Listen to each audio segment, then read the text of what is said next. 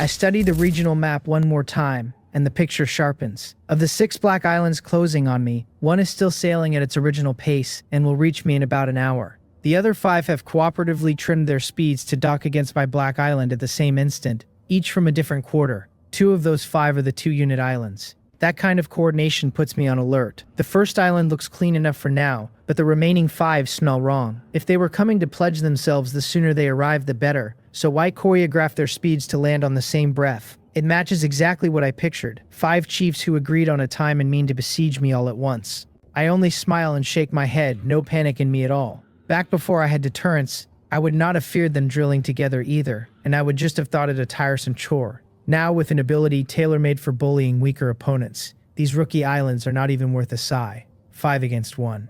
They should have brought more. I steer my black island toward the nearest of them. My island holds a sailing speed of 17 units, and under supersonic sailing it takes only half an hour to close the gap and dock. It goes exactly as I expected. The chief who broke formation and rushed at me alone had been nursing thoughts of surrender the whole time. He is not as bold as the youth in black sportswear who once walked up to my border alone to prove his sincerity, but he does not throw a single soldier at me either. Once my ant army rings his shelter, he trades a few brief words and folds, submitting outright, no fuss required. 20 minutes, start to finish. My black island swells to 10 units, and the sailing bonus from area alone climbs to 45%. Stacked on the 30% from level 3 supersonic sailing, my total sailing boost already reads 75%. There is a new wrinkle too. On the regional map, the light spot marking my island does not keep swelling but actually shrinks a touch, though a small number 10 now sits printed on the spot. I read it easily enough. The number stands for my island being 10 units in size, and from here on, as I devour more islands and instances, only that number will climb while the dot itself holds its shape.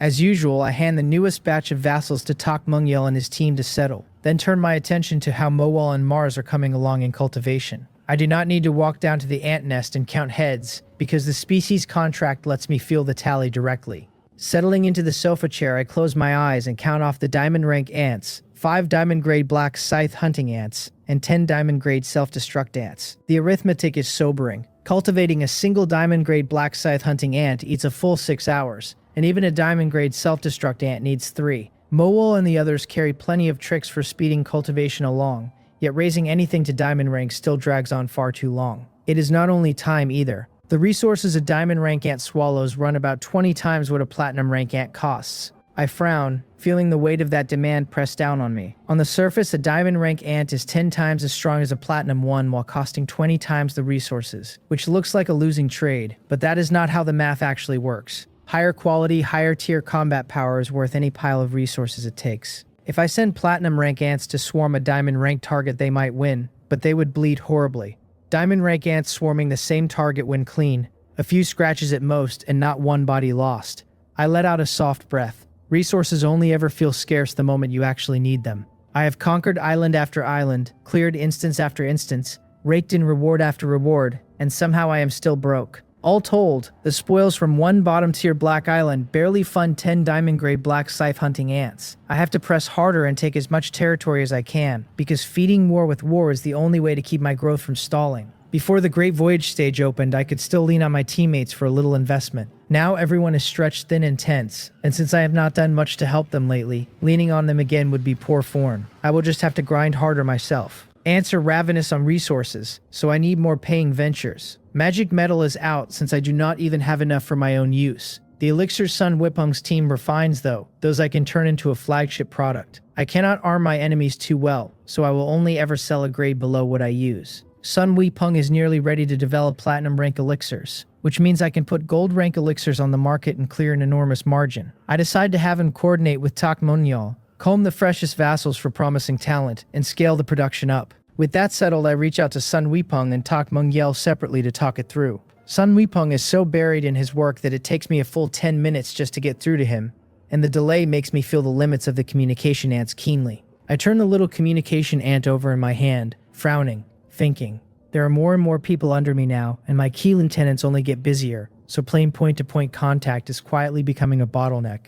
I need Wang Hyun to dig deeper into the communication ant and see whether it can be upgraded to leave messages and carry packets of information. From a purely biological angle, that ought to be doable. If it is not, I could always ask 09, since with her engineering a whole communication suite would be no trouble for her at all. Lately though, she seems absorbed in some research of her own and has made no moves, so it is better not to bother her yet. So I fire off another message to Wang Hyun, telling him to spin up a second research group aimed at bolting new functions onto the communication ant. Then I check the map again and find the Five Island Alliance is still nearly a full day out from docking.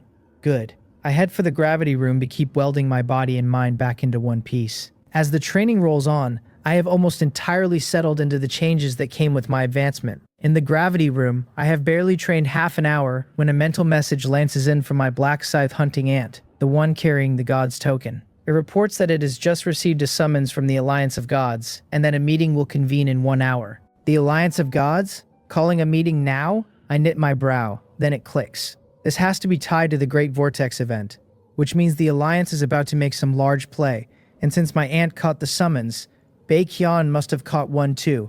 Sure enough, before I can even reach out to him, a message from Baekhyun arrives. He tells me he just got the meeting notice from the Alliance of Gods and asks whether one came to my end. I tell him it did. He groans that the timing could not be worse. Never too early, never too late, always right now. He is still in the middle of prying open a black island, and the chief is buried so well it will take a while to root him out. The meeting starts in an hour, and he is afraid he will not make it. I read his message and shake my head, smiling. I tell the kid to relax, that I happen to be free, and that if he accepts the teleport I will come lend a hand. He thanks me, delighted. I set the manual down, send Baekhyun a teleport request, and quickly load a spirit-nurturing jar with 5,000 ants, because his real problem is that he cannot find where the target is hiding.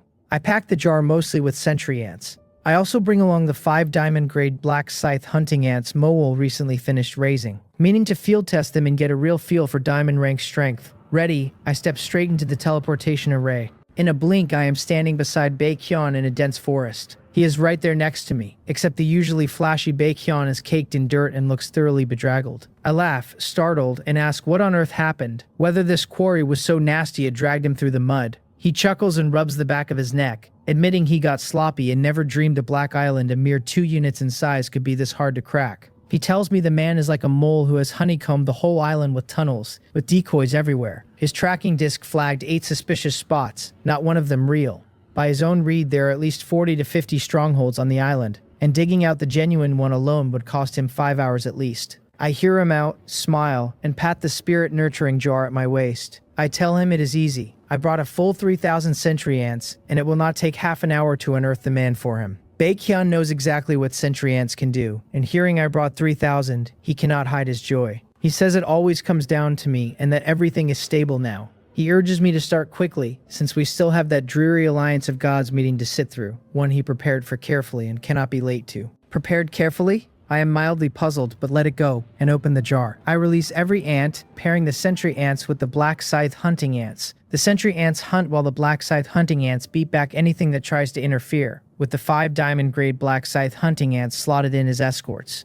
I tell him we only need to wait a little, that my little ones will finish the job perfectly. I watch the teams pour out and glance back at Baekhyun, who is staring in shock, right hand raised and pointing at the ants that just left. He stammers, asking whether those big scaly things were really black scythe hunting ants, and how their aura can be so overwhelming. I nod and tell him yes, they are black scythe hunting ants, only these are diamond grade ones I just cultivated. Genuinely strong, but such resource gluttons that even a whole island's spoils cannot raise many. His eyes blaze and he rounds on me, thrilled, blurting that diamond rank ants mean I must have broken through to tier 2. Only a breakthrough to tier 2 unlocks diamond rank power, otherwise a person stalls forever at the peak of platinum, so my raising ants to diamond has to mean I crossed that line. I nod and admit that I got lucky and pushed through recently. He looks at me with open envy and admiration and calls me a genuine monster. He thought he was talented enough and rich enough in resources, yet he still needs at least another week to break through. After tier 2, who knows how long before he earns diamond rank combat power, so it feels like he will never catch me.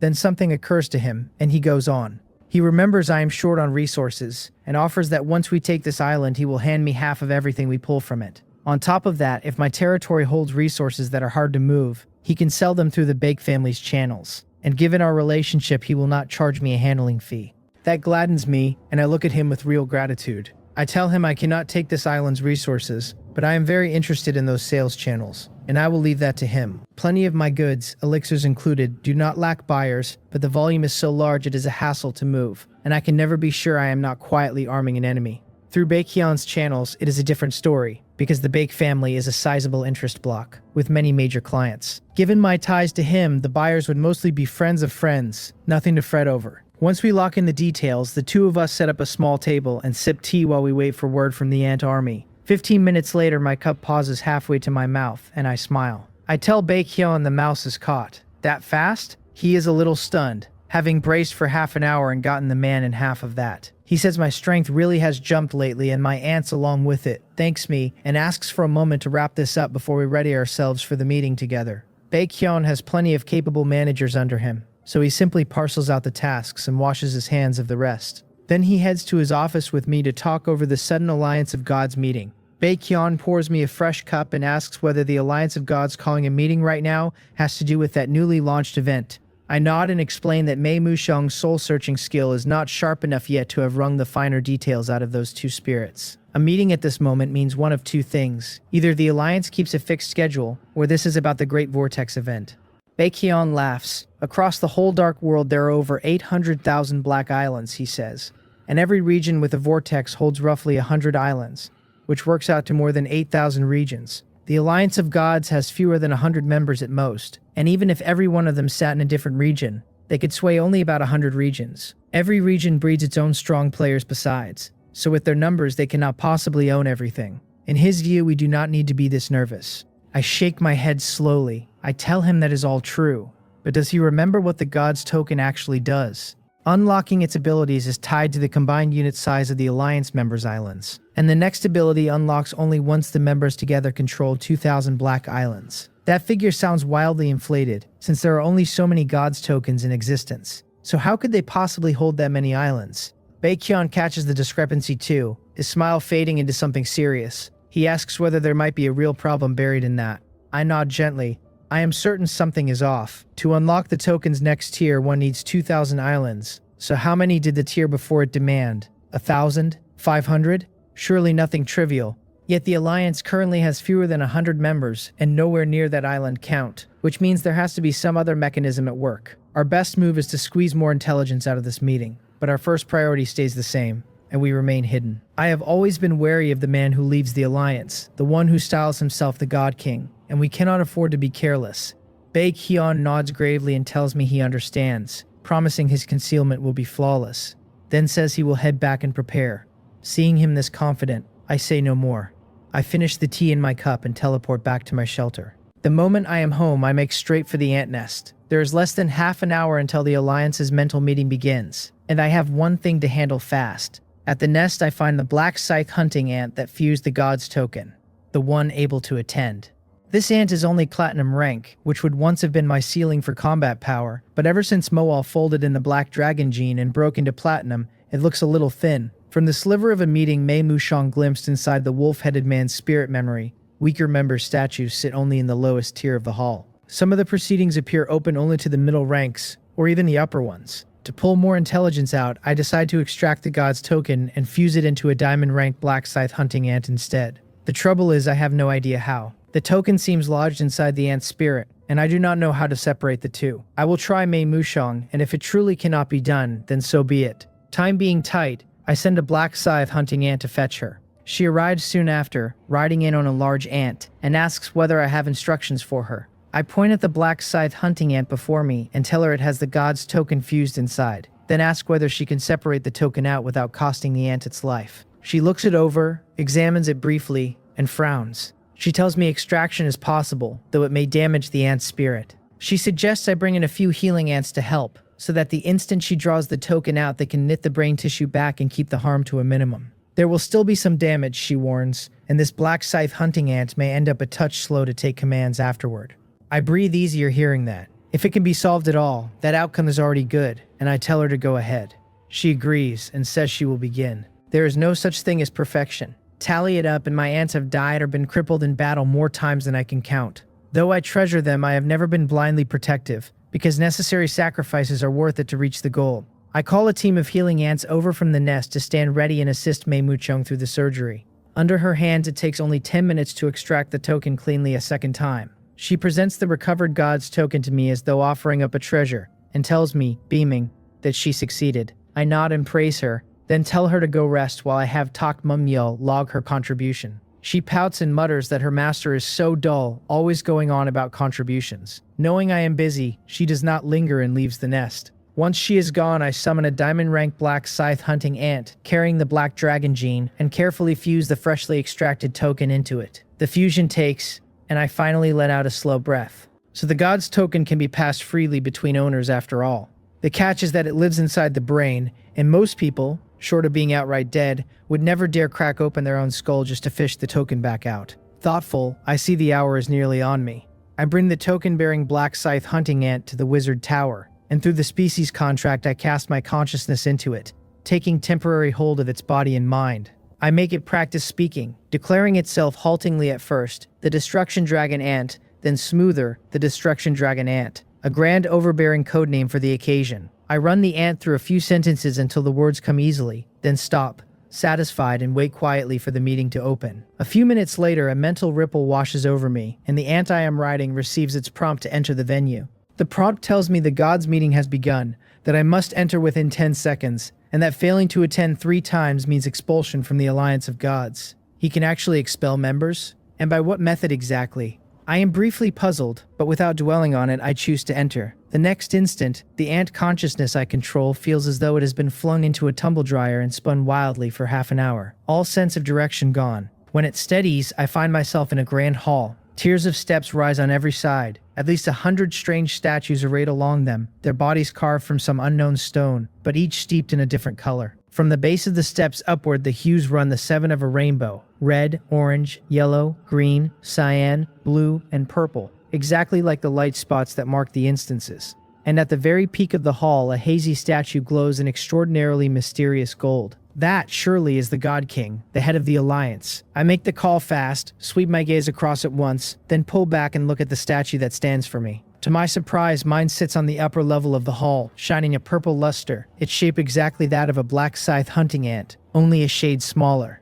Diamond rank strength is a top-tier existence in the current Dark World, and evidently the same holds inside the Alliance. But I only just fused the token, and this is my first meeting, yet they have already parked me in the upper tier. That tells me the ranking here runs purely on strength, with no contribution points muddying it. I do not imagine the members ranked below could beat my diamond-grade black scythe hunting ant. For an ant to climb to a chief stage means it carries no small pile of potent skills and items. My ant sits in the upper purple band for one reason only. That placement is decided by realm alone. While I survey the room, plenty of the strange statues are studying me right back. One murmurs that there is a new member, an unfamiliar face. Another agrees, noting it is a purple statue, so the newcomer's strength is respectable. A third scoffs that these native Dark World races, even the stronger ones, are nothing worth worrying about, and tells the rest not to sell themselves short. I listen in quietly, minding the chatter for intelligence, and at the same time hunt through the statues for Baekhyun. There are a fair number of human-shaped members,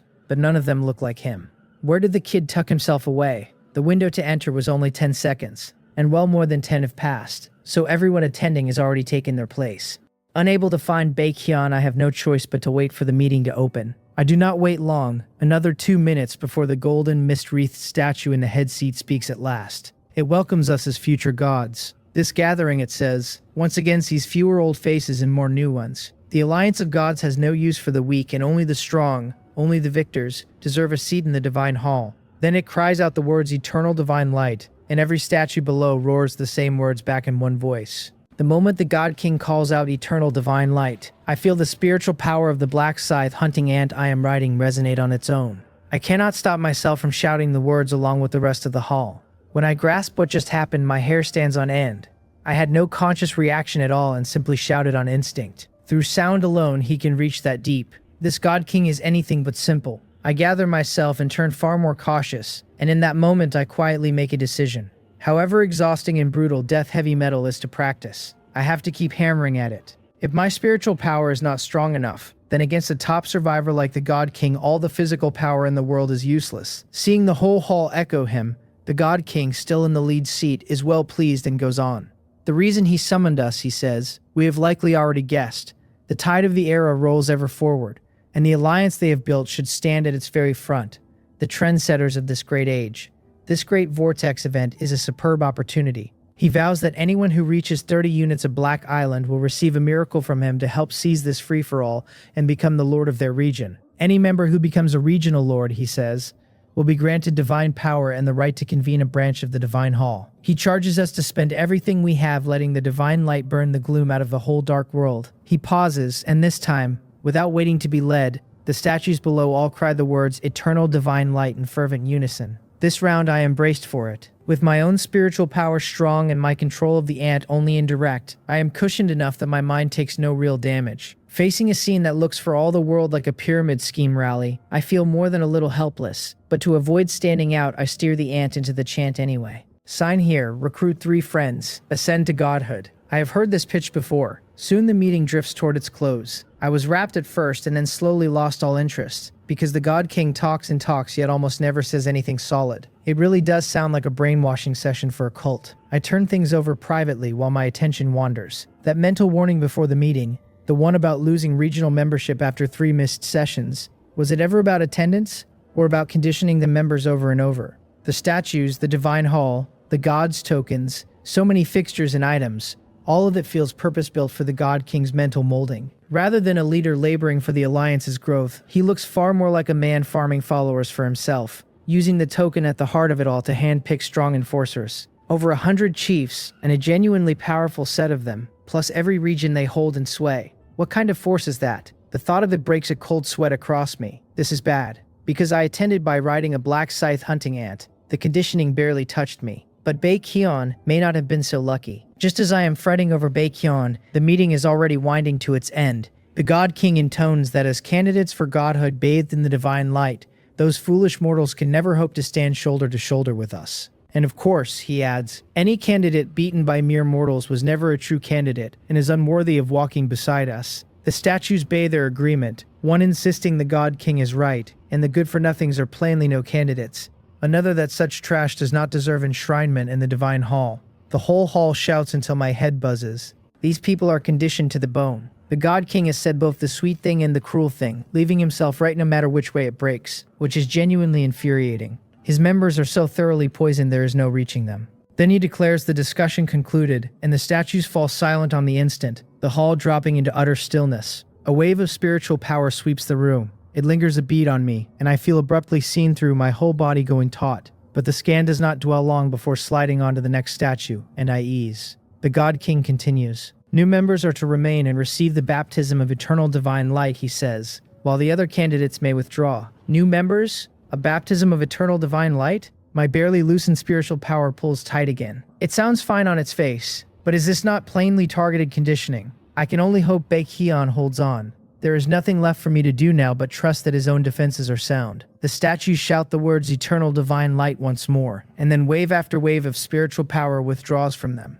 I notice that out of the hundreds of statues in the hall, only about 12 still hold spiritual power. 12 newcomers at once. I do not know how long the Alliance's meeting cycle runs, but if this is a whole cycle's worth, the number is not small. With only about 100 members total, 12 fresh faces make up better than a tenth. So the turnover is brisk, though in a place as lethal as the Dark World that is ordinary enough. So the rest are all new, which means Baekhyun is somewhere among these 12. 12 are far easier to sift than 100. I scan again and find that among the 12, myself included, only 5 were human-shaped statues, and mine of course is not one of them. Yet none of those 5 feel like Baekhyun to me. Not in look and not in aura. No matter, I can disguise myself as something inhuman, and Baekhyun owns all sorts of strange items, so he could just as easily have done the same. I shift my thinking and study the remaining 6 non-human statues. At last I find a great white bear statue washed in a blue aura, and its presence feels oddly familiar. A white bear? Is that Baekhyun? Surely not. Even as I doubt it, I feel the white bear statue seem to look my way, and I immediately reel my spiritual power back and pay it no more mind. But inwardly I have already settled it. That is Baekhyun. A normal person, no, a normal bear, would never use spiritual power to trace a little heart and an ant. Only Baekhyun would flirt with me through a bear. All 12 are probing one another with spiritual power, so his gesture is not conspicuous, and only the one being looked at can feel the direction and path of that gaze. An action lasting less than a second is nothing to worry about. Once the newcomers have finished sizing each other up, the God King in the head seat speaks again, saying there are things this god must set out first for the new members. Another strange, powerful wave of spiritual power rolls through, and he asks, flat and cold, whether many of us did not kill former members of the Alliance and seize their gods' tokens. The instant the words land, the air in the hall freezes solid. I feel several statues' spiritual power lurch and thrash, They must have been struck square by the accusation, having killed the old holders and taken their tokens, unwilling to give up the token's power, which is exactly why they came. Baekhyun and I are in the same boat, of course, but my true spirit is not actually here, so my reaction stays level, and when I scan Baekhyun quickly, his reaction is not too violent either. Before anyone can steady themselves, the God King goes on. There is no need to fret, he says, since survival of the fittest has always been the creed of the Alliance. The fact that they could kill former members only proves they are the strong ones, with more promise of godhood than the dead ever had. The thrashing spiritual power of the reacting statues gradually calms under his words. He beckons them onward, telling them that only after the baptism of eternal divine light can they become true candidates, and that they will feel a power they have never known. The hall shouts the words eternal divine light, and then, under everyone's eyes, a golden spirit body drifts up out of the God King's statue, radiating an intensely sacred light. It spreads its hands slowly, and ripples of golden light roll outward, wave upon wave, washing over all 12 statues. Each time a wave passes through me, I feel a flicker of weightlessness. The image of that golden spirit body surfaces in my spiritual world, taking shape by degrees, until it hardens fully into place inside me. My Black Island, the Wizard Tower. The Alliance of Gods meeting ended half an hour ago. When it closed, I drew the black scythe hunting ant spirit back out of the divine hall and returned it to my own body. Now the ant sits before me while Mei Mushang and I study it together. She has her palm on the ant's head and her eyes shut tight, frowning now and then, fine beads of sweat gathering at her temples. After a long stretch, she opens her eyes at last, but her face is pale as if she has spent far too much of herself, and her body sways a little. I ask quickly whether she found that golden spirit body, steadying her as I do. She blinks, then lets her whole weight tip against me, and tells me weakly that she found it. That golden spirit body lives in the deepest reach of the ant's spiritual space, she says, and while its intensity is not high, the quality of its spiritual power is extraordinarily fine. From a single glance across the distance, a portion of her own spiritual power was melted away, a real loss. That strong? I frown, holding her up, and move to help her to the sofa first, only to find her clinging to me like an octopus with startling strength. What injuries, exactly, when she still has this much fight in her? A little helpless, I peel her fingers off and sit down at the far end of the sofa. That spiritual projection of the God King must exist inside every single member of the Alliance. I say hundreds of statues in the main hall, so how can he scatter his power that thin and still be this strong? Mei Muchung is not the least embarrassed. She sits up straight and answers in earnest. The projection's raw strength truly is not high, she tells me, but it has used some ability to root itself firmly into the spiritual world, and prying it out is nearly impossible. Worse, it keeps releasing psychological suggestion the whole time, building up the image of its owner as invincible, so that anyone implanted with such a projection unprepared simply cannot escape being molded. No, she corrects herself. From the very moment they fused the god's token, they were already past escaping. That troublesome? I frown and ask what the projection will do to my own black scythe hunting ant, and which command holds higher priority, the God King's suggestion or my species contract and taming skill. She smiles and tells me not to worry. An ant acts mainly on the will of its ant queen and on my direct orders, she says, which means it already has a higher decision maker above it. No matter how hard the projection whispers, it cannot leap over that higher authority and make the ant act on its own. The projection only holds real sway over an independent individual. I let out a breath, and a thread of relief settles in me. A good thing I am cautious by nature and never fused the token into myself, or I really might have walked straight into it. Abilities of the spiritual kind are strange and hard to guard against, and raw, absolute power thrown against them is like a fist sinking into cotton. No force landing anywhere. Why has Baekhyun still not answered? What if he never sealed his token inside a subordinate the way I did? I reached out to him the very moment I got back to my territory, and he has not replied. With Mei Muchung's account of how the projection behaves fresh in my mind,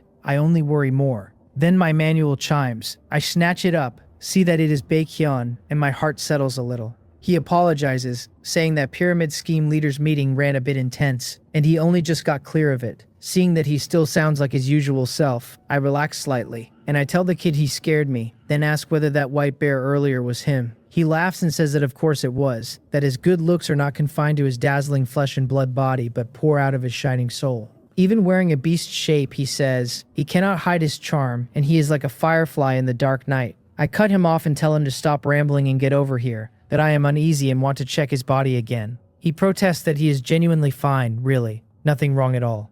I tell him to talk less and hurry up. He gives in. Baekhyun teleports to my wizard tower a moment later, and I have Mei Mushang check in at once. She examines him for a long while, then opens her eyes and nods to me, reporting that there is no spiritual projection anywhere inside Senior Baekhyun. Baekhyun lets out a breath, plainly uncomfortable from being scrutinized like that. He stretches his legs and grins at me, saying he told me there was no problem. His white bare body is a cloning tool, he explains. One that builds a shell all but indistinguishable from the real thing. Its spiritual power is an independent existence of its own, so the projection I described should be trapped in there. With Meimu Chang's confirmation, I relax too, and I shake my head, glad nothing is wrong. Then I turn serious. I tell Baekhyun he has seen the God King's methods for himself. If that man is left to grow smoothly, he could come to command hundreds of chiefs, and monstrously strong ones at that. Once an old member is killed, the odds are high the killer takes his place, and cycle after cycle, the God King's power swells to a truly grotesque scale. Baekhyun's face turns grave as well. He tells me he noticed something too, that the spiritual power stored inside his skin suit clone has been slowly draining, though he cannot say whether the projection I mentioned is the cause. His spiritual power is draining. Black scythe hunting ants are not known for spiritual power, so I paid the change little mind earlier. The words jolt me, and I look straight at the token-fused black scythe hunting ant beside me, only to see its spiritual state gone listless. I tell Mei Muchang to check this ant and see whether its spiritual power has shifted. She does, then looks at me, serious. This ant's spiritual power is indeed draining at an abnormal rate, she reports, and it is flowing toward that spiritual projection, which itself seems to be strengthening without pause. Still strengthening? I frown, and then something clicks and my expression changes. I say that is right. I ask Mei Mushong whether, back when she interrogated the pharaoh's spirit and the wolf-headed man's afterward, she ever found the God King's spiritual projection in either of them. She shakes her head at once. She says absolutely not, since the projection's traits are unmistakable and she would never have missed it. And what about Baekhyun? He is the one who killed the pharaoh, and though Will killed the wolf-headed man, Baekhyun was there too. I ask whether he noticed a projection, a golden human-shaped spirit like the God Kings we saw at the meeting. Baekhyun frowns in thought, then shakes his head, saying he honestly noticed nothing of the kind. That sinks my mood, and I sigh. I tell Baekhyun this God King is very likely far more terrifying than we imagined. That projection, as a piece of the God King, fed on a chief-level expert's spiritual power for who knows how long and then vanished without a trace, which most likely means he called it home. Nourished by the spirits of hundreds of members, his strength will climb faster and faster, and that is a genuinely frightening thing. Baekhyun grasps the weight of it too, cursing that this pyramid scheme leader's ability is disgusting. The man eats his victims alive and eats them again once they are dead, profiting no matter which way it goes, practically raking it in. He asks me what we should do now. How do we deal with the God King? I turn it over a moment, then answer. I say the God King's operation is vast and his ability strange and powerful, with a strong invasive streak. Put ourselves in the victim's place, and if we ever fell into his hands, there would be only two roads: our spiritual power drained dry, or our minds made into his puppets. And as the two of us keep growing stronger, we are bound to collide with him sooner or later, and when that day comes, there will be no avoiding a great battle. Baekhyun frowns and nods, granting that this cult leader really does have something to him and will not be dropping dead on his own anytime soon. He says we need to strike first.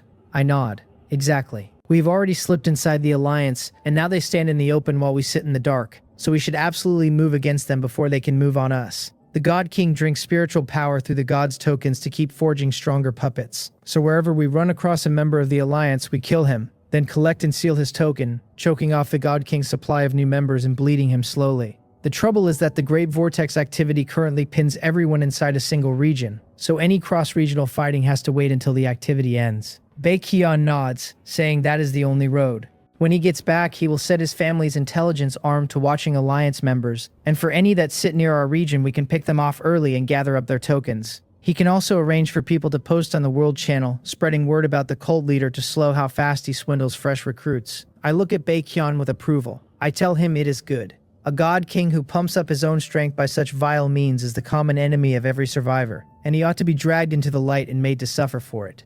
Having roughly agreed on our line against the God King, Baekhyun leaves promptly to go seed the word about him. The God King is, after all, the more distant threat, and for the moment this is the most we can do. With Baekhyun seen off, I sit on the sofa and think a while longer.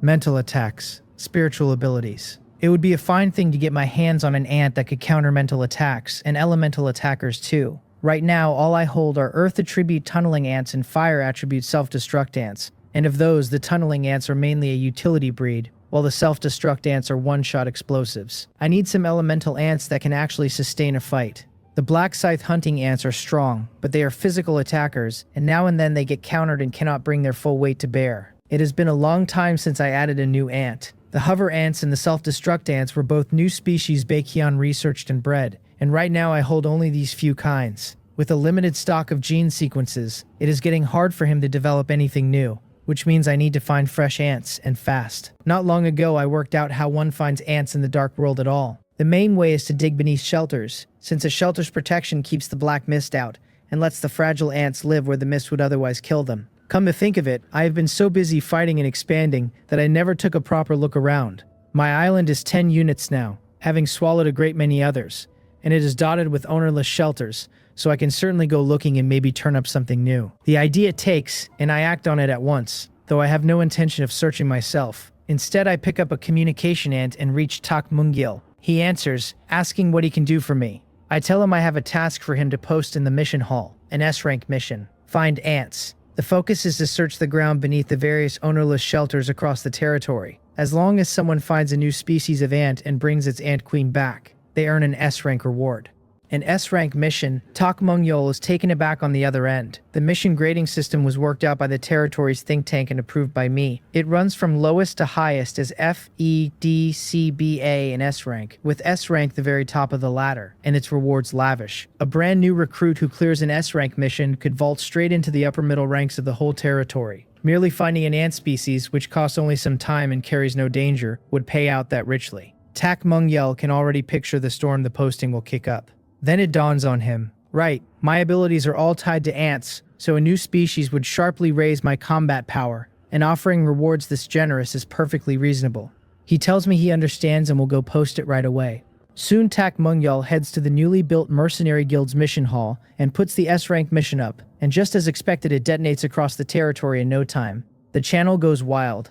One subject gawks that an ant-finding job is really rated S-rank, and another gripes that his last backbreaking stench-soaked battlefield cleanup slog only rated a C. A third is already off to trade for a scent-boosting ability at the contribution shop, so he can grab the mission first. Word tears through the whole territory in a very short span, and in a heartbeat countless subjects are scrambling toward my black island. I stand at the office's floor-to-ceiling window watching the excited subjects surge, and I cannot help a slight smile. I do hope they turn up a surprise or two for me. While my whole territory is busy hunting ants, the 5 black islands have crept in close. I stand on the Wizard Tower's observation deck and watch them move. They really did trim their speeds, and they have already ringed my island, closing from 5 separate directions. I let out a dumbfounded laugh and shake my head. So these 5 chiefs still have not given up. A snake trying to swallow an elephant. Someone should tell that to my ants. I order Swift Shadow to begin deploying forces at the spots where these 5 islands are about to make landfall. 2 diamond-grade black scythe hunting ants to each direction.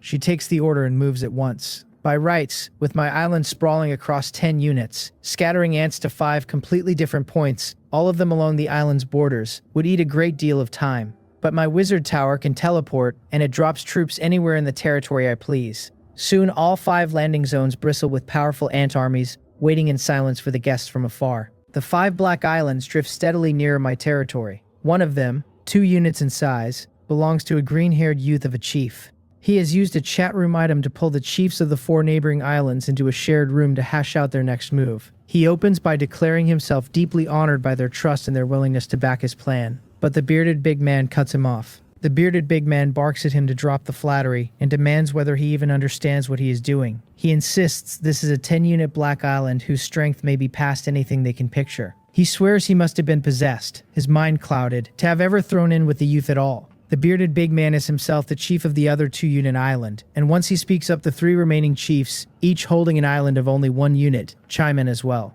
One wonders aloud whether they were too rash. Another figures there is still time to lay down arms and that a power this great surely will not make things hard for them. And a third openly proposes they just surrender. Seeing the others waver, the green-haired youth is unruffled and answers with a smile that it is a little late for the chiefs to be backing out now. They adjusted their landing times and are coming in from 5 directions, he points out. So unless that island's chief is an idiot, he already counts them as enemies. That lands like a slap. One chief sputters that the youth tricked them, that this is not what he said before. Another wails, asking what they do now when the youth swore this would not happen. A third snarls that if they go down, the youth will not have it easy either, since he is the mastermind.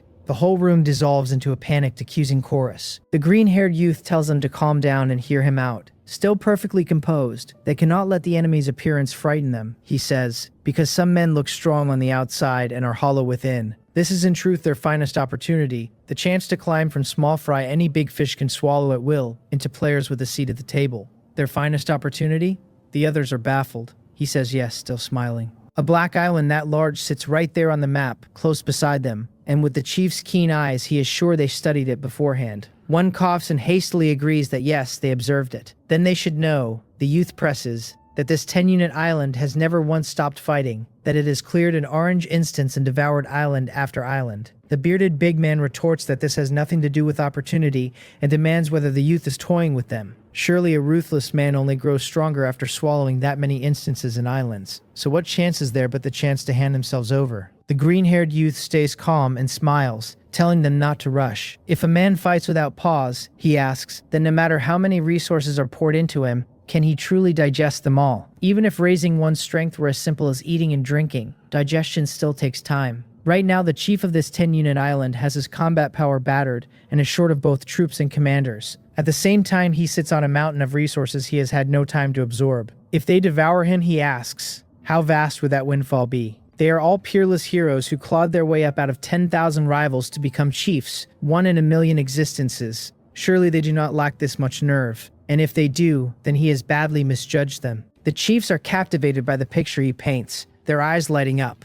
The mere thought of swallowing a 10-unit island brimming with resources and vaulting overnight into a top existence across the whole sea sets them trembling so hard their hands will not obey them. But the bearded big man, being after all a chief who has devoured an island himself, rough on the surface yet careful underneath, keeps enough of his reason not to be swept along. He puts the crucial question instead, asking whether things are truly as tidy as the youth makes them sound. Even granting this ruthless man is all shell and no core, how would the 5 of them split the spoils? Or rather, who is left standing at the end? Once Black Islands touch, they cannot pull apart until a victor is decided, and both he and the youth have devoured islands before, so the youth cannot lie to him about that. Which means the 5 must not only settle the matter with the ruthless man, but settle it among themselves. And since the youth proposed all this, that final victor is very likely to be the youth himself, is it not? At the bearded big man's reasoning, the 3 weaker chiefs' hair stands on end, and every one of them goes wary. The green-haired youth is briefly caught off guard, but he does not panic, only sighs and speaks plainly. If it is put that way, he says, then no matter how he explains it is useless, so he will be honest. If the 5 of them do not unite, sooner or later they will all be annexed by this powerful chief. But if they do unite, there remains a sliver of hope, a chance to overturn the board, and though it is admittedly slim, it truly exists. As for which of the 5 ends up the victor, he says if he claimed he did not want to be the one, no one would believe it. Not even he would believe himself. But honestly, he asks, are the chiefs so short on faith in their own strength? He merely picked up a masterless island by chance, which is the only reason he has the strength he does. They should not look at him like that, he goes on, because he has always held to one principle, that as long as a sliver of a chance exists, he will fight for it. That is exactly why he was lucky enough to become a chief in the first place. Whether to fight or not is entirely for the chiefs to decide by their own will. And if not a single one of them joins him, then even if it is an egg hurled at a stone, a moth flinging itself into flame, he will do it to fight for a glorious future. Damn it, it is catching fire. The bearded big man and the rest are lit up on the spot by the youth's declaration, their blood running hot. They are fated to be devoured either way, and fighting together at least leaves a chance to become somebody. If they did not carry that gambler's streak, they would never have been the ones to fight free of tens of thousands. One chief swears himself in, another echoes it. A third cries out whether kings and nobles and generals and ministers are truly born to their stations. Watching them all fall in line inside the chat room, the green-haired youth's lips curl into a curious little smile as he thanks the chiefs for their trust. The 5 black islands all bear down on my black island, and by now their crews can make out the jungle growth and the coastal rocks along my shore. To keep from tipping them off, the ant army I stationed along the edge lies hidden in dense forests a full 5 kilometers back, so not one of them spots any sign of life. The chiefs on the verge of landing are all elated, one crowing that his side is clear, another that his is empty too, a third that there is no one where he stands. They all agree that once they land and converge into a single combined force, seizing this island is within arm's reach. They vow that after they take the giant black island down, the brothers can settle among themselves later who wears the chief's crown. One laughs that the giant black island's chief must be quaking in his shelter right now, too scared to show his face. and calls on the brothers to go knock on his grand door. I stand on the wizard tower's observation deck, smiling as I watch these 5 overconfident little things. It spares me the bother of running each of them down one by one. I tell Swift Shadow they are about to land, and to ready the ranks for our honored guests. She reports the army is deployed. Under my gaze, the 5 islands press forward shoulder to shoulder and border mine almost in the same instant. Once Black Islands border one another, neither can break free until a victor is settled. I am on the point of ordering Swift Shadow to send the ants out when I catch something wrong. That is not right. Why are only 4 islands bordering mine? The 5th. Puzzled, I sweep my eyes across the 5 islands surrounding me, and I see the one to the southwest rapidly turning insubstantial. Its shape all but gone within 10 seconds. What is that? I know at once something is off and check the regional map, where sure enough only 4 white dots now sit pressed against my island. As for the 5th, the one that rushed in with the rest, it is now sailing away from me at a blistering pace. Though it is only 2 units, its speed far outstrips any ordinary 2-unit island, carrying by my eye at least a 50% boost. I understand in a flash. Clever fellow. He duped these 4 chiefs into being his pawns, meaning to tie me down with them and slip away in the confusion. I am not angry, only smile and shake my head. I do not know what item you used to pull that off, I think, but we are in the same region this close. So how could I simply let you run? I turn it over and run the numbers. My island's sailing speed sits at 75%, and once I devour these 4, it climbs to 95. Even with that escaping island's 50% boost, I will be very nearly twice as fast, and as long as the fight ends quickly, I can run him down with ease. Still, logically, at his speed, if he had fled straight into the distance while he was still far from me, I should never have been able to catch him at all. So why gamble on coming in this close?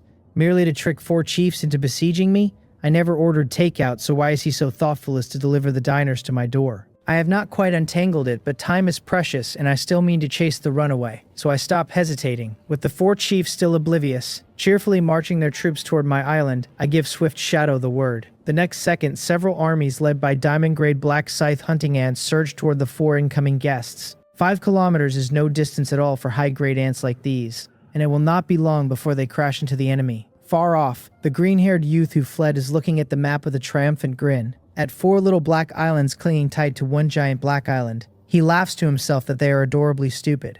Not everything he told them was a lie, he thinks. That giant black island's chief truly is in a weakened state, and fighting together they stand a real chance of taking him down. But a chance is only a chance, and he is not about to bet his life alongside a pack of idiots. He keeps his island running at supersonic sailing into the distance. 4 chiefs in full condition, average as their strength may be, still pose a real threat striking from 4 sides, and he only hopes the plan runs smooth. Then he draws out a glass sphere-shaped observation orb, and a scene forms on its surface, the view from my black island. The green-haired youth watches the orb, cycling through the images, smiling at the 4 chiefs eagerly leading their troops forward. A moment ago, he reflects. He approached the giant black island without ever bordering it, only feigning an assault with an illusion item. He planted a reconnaissance relay on it, which together with his observation orb lets him watch the battle unfold in real time. If the fighting turns fierce, he will wait, and once both sides have bled heavily and a victor emerges, he will move in to sweep up the leavings. If those 4 win easily, they will surely turn on one another to the death, leaving him scraps to gather all the same. As for the worst case, if the giant Black Island's chief still holds real strength and dispatches the 4 with ease, he need not panic either. He began fleeing so much earlier that by the time the chief finishes, it will be hours, and the moment things look grim, he simply keeps sailing away where no one can touch him. His plan, he decides, is simply flawless, and he is nearly drunk on his own brilliance, his face glowing with excitement and pride. His island may be only 2 units, but he cleared a red instance and his luck ran hot, yielding several items with peculiar yet very useful effects. Among them are the illusion item he just used as a decoy, and the acceleration item now lifting his sailing speed by 50%. That is exactly why he did not flee sooner, but stayed to lay a trap and gamble on a future. Even 4 herds of pigs landing from 4 different borders would take real effort to butcher, he thinks, so at worst he retreats intact. But if it works, then he, Zhou Chongpeng, will have the strength to fight for dominance across the whole region. Zhou Chongpeng, the green-haired youth, is brimming with confidence. Having laughed himself out, he settles in and begins studying the images on the observation orb in earnest. His observation tool is a fussy thing, needing a creature to carry a receiver before any image will show. He traded for the receivers ahead of time and handed them to the 4 chiefs who landed, never once naming their true purpose, dressing them up as something else to fool the 4. The relay he planted on the island is the piece that strengthens the receiver's signal and pipes the images back to his observation orb. Spying on another's black island from this far is no easy trick, but to Zhou Qiangpeng every bit of it is worth the cost. Not bad, he thinks. He can see through all 4 idiots' eyes. He flips through the 4 chiefs' views, finds every one of them carrying a receiver, and it thrills him, though he stays composed and first locks onto a chief whose island is only 1 unit. That chief has already led his people about 1 kilometer into my island. Zhou Qiangpeng watches and nods to himself. Not bad, he thinks. This idiot's island may be a single unit, but his strength is nothing to sneeze at. Actual platinum rank combat power hardly a step below his own. The only reason the island stayed at 1 unit is probably that the man is timid and never devoured others to grow it. He ought to be able to wound the giant chief badly. Just as Zhou Qiangpeng brims with anticipation for his platinum-ranked chief, a handful of gigantic monsters abruptly rise from the dense jungle ahead in the view he is watching. The thick canopy hides their exact number, but even the ones he can make out are already ferocious past belief, enormous and strange of shape, their species impossible to name. Yet there hangs about them the faint suggestion of ants. Ants? How is that possible? Whose ants run 5 or 6 meters long?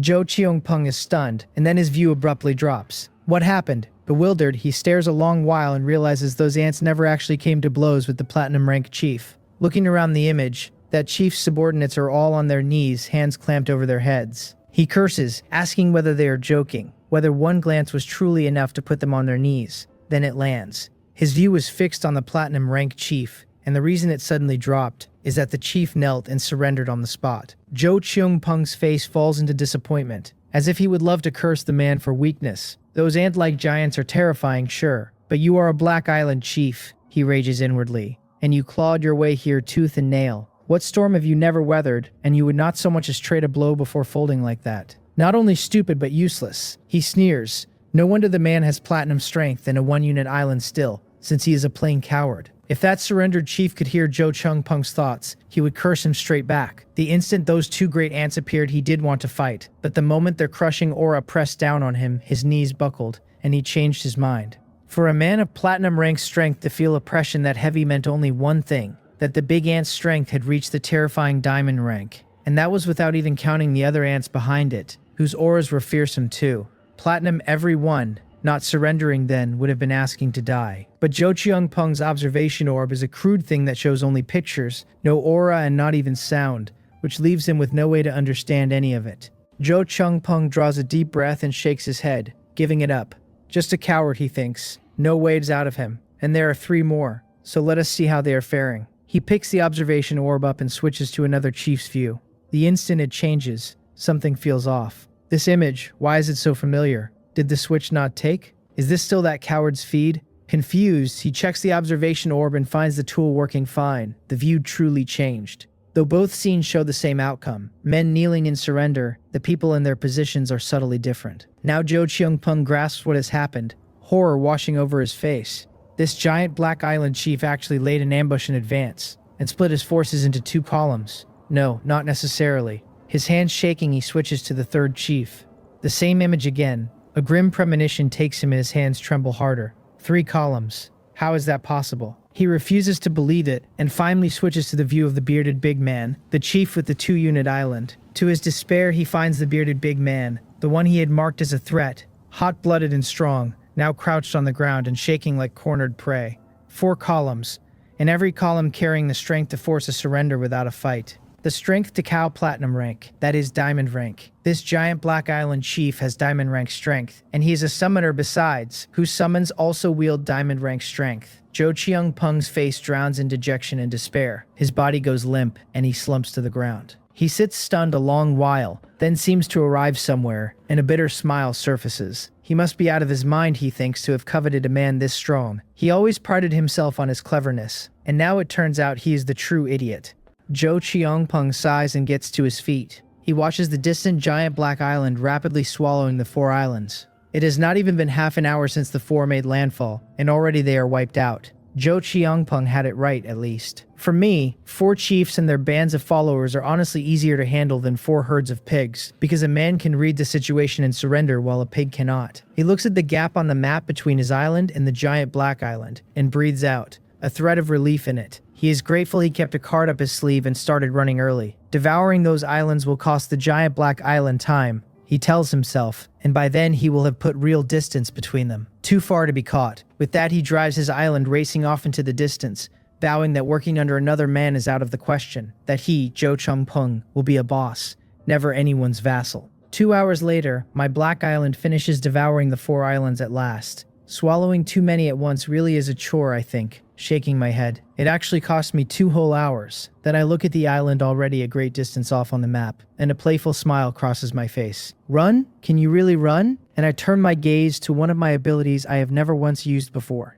The ability is called Super Leap, and it unlocked the moment my shelter reached level 6. It lets me skip 1 hour of travel outright, arriving instantly at any point inside a 1 hour radius. The catch is a 7-day cooldown, so it can never be a daily tool. I have never found the right moment to use it, so it has simply sat idle in the manual, gathering dust.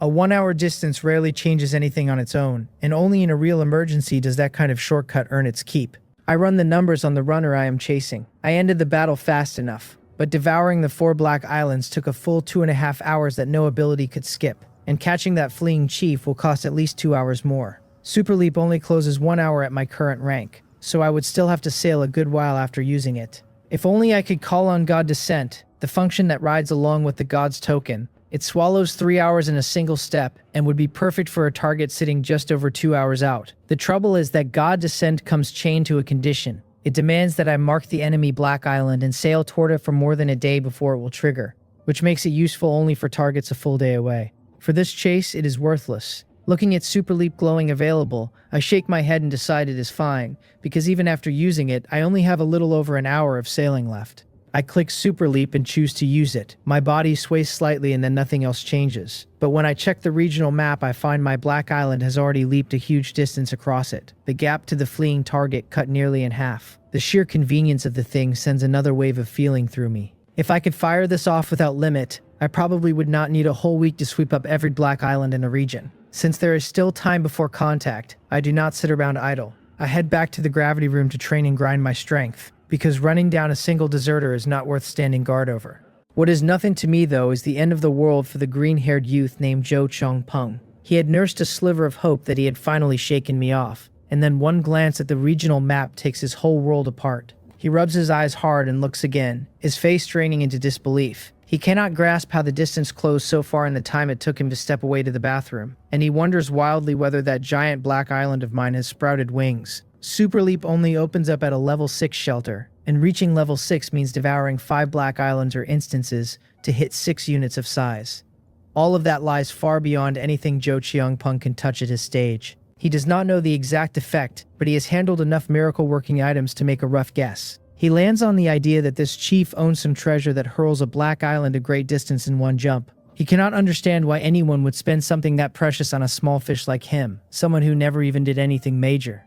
Measuring the gap and the difference in speed, he is nearly in tears, because at this rate I catch him in just over an hour. His plan had been simple. Once I finished devouring the 4 black islands and found him already far off, I was supposed to give up the chase. Instead, I not only pursued but burned an ability I had never once used, and that kind of determination shakes him. His fists clench and loosen and clench again before dropping powerless at his sides. Finally, he settles it in the old prisoner's arithmetic, that confessing early buys leniency and a road home, while resistance buys severity and a life behind bars. It has already come to this, so there is no point struggling, and he decides to surrender and beg for lenient treatment. He turns his black island around and points it straight at mine. With 2 black islands now closing head-on, the journey of course takes well under an hour. I have barely finished my warm-up in the gravity room when a message reaches me. It tells me an unknown black island has joined mine, and that neither of us can move or separate until a victor is decided.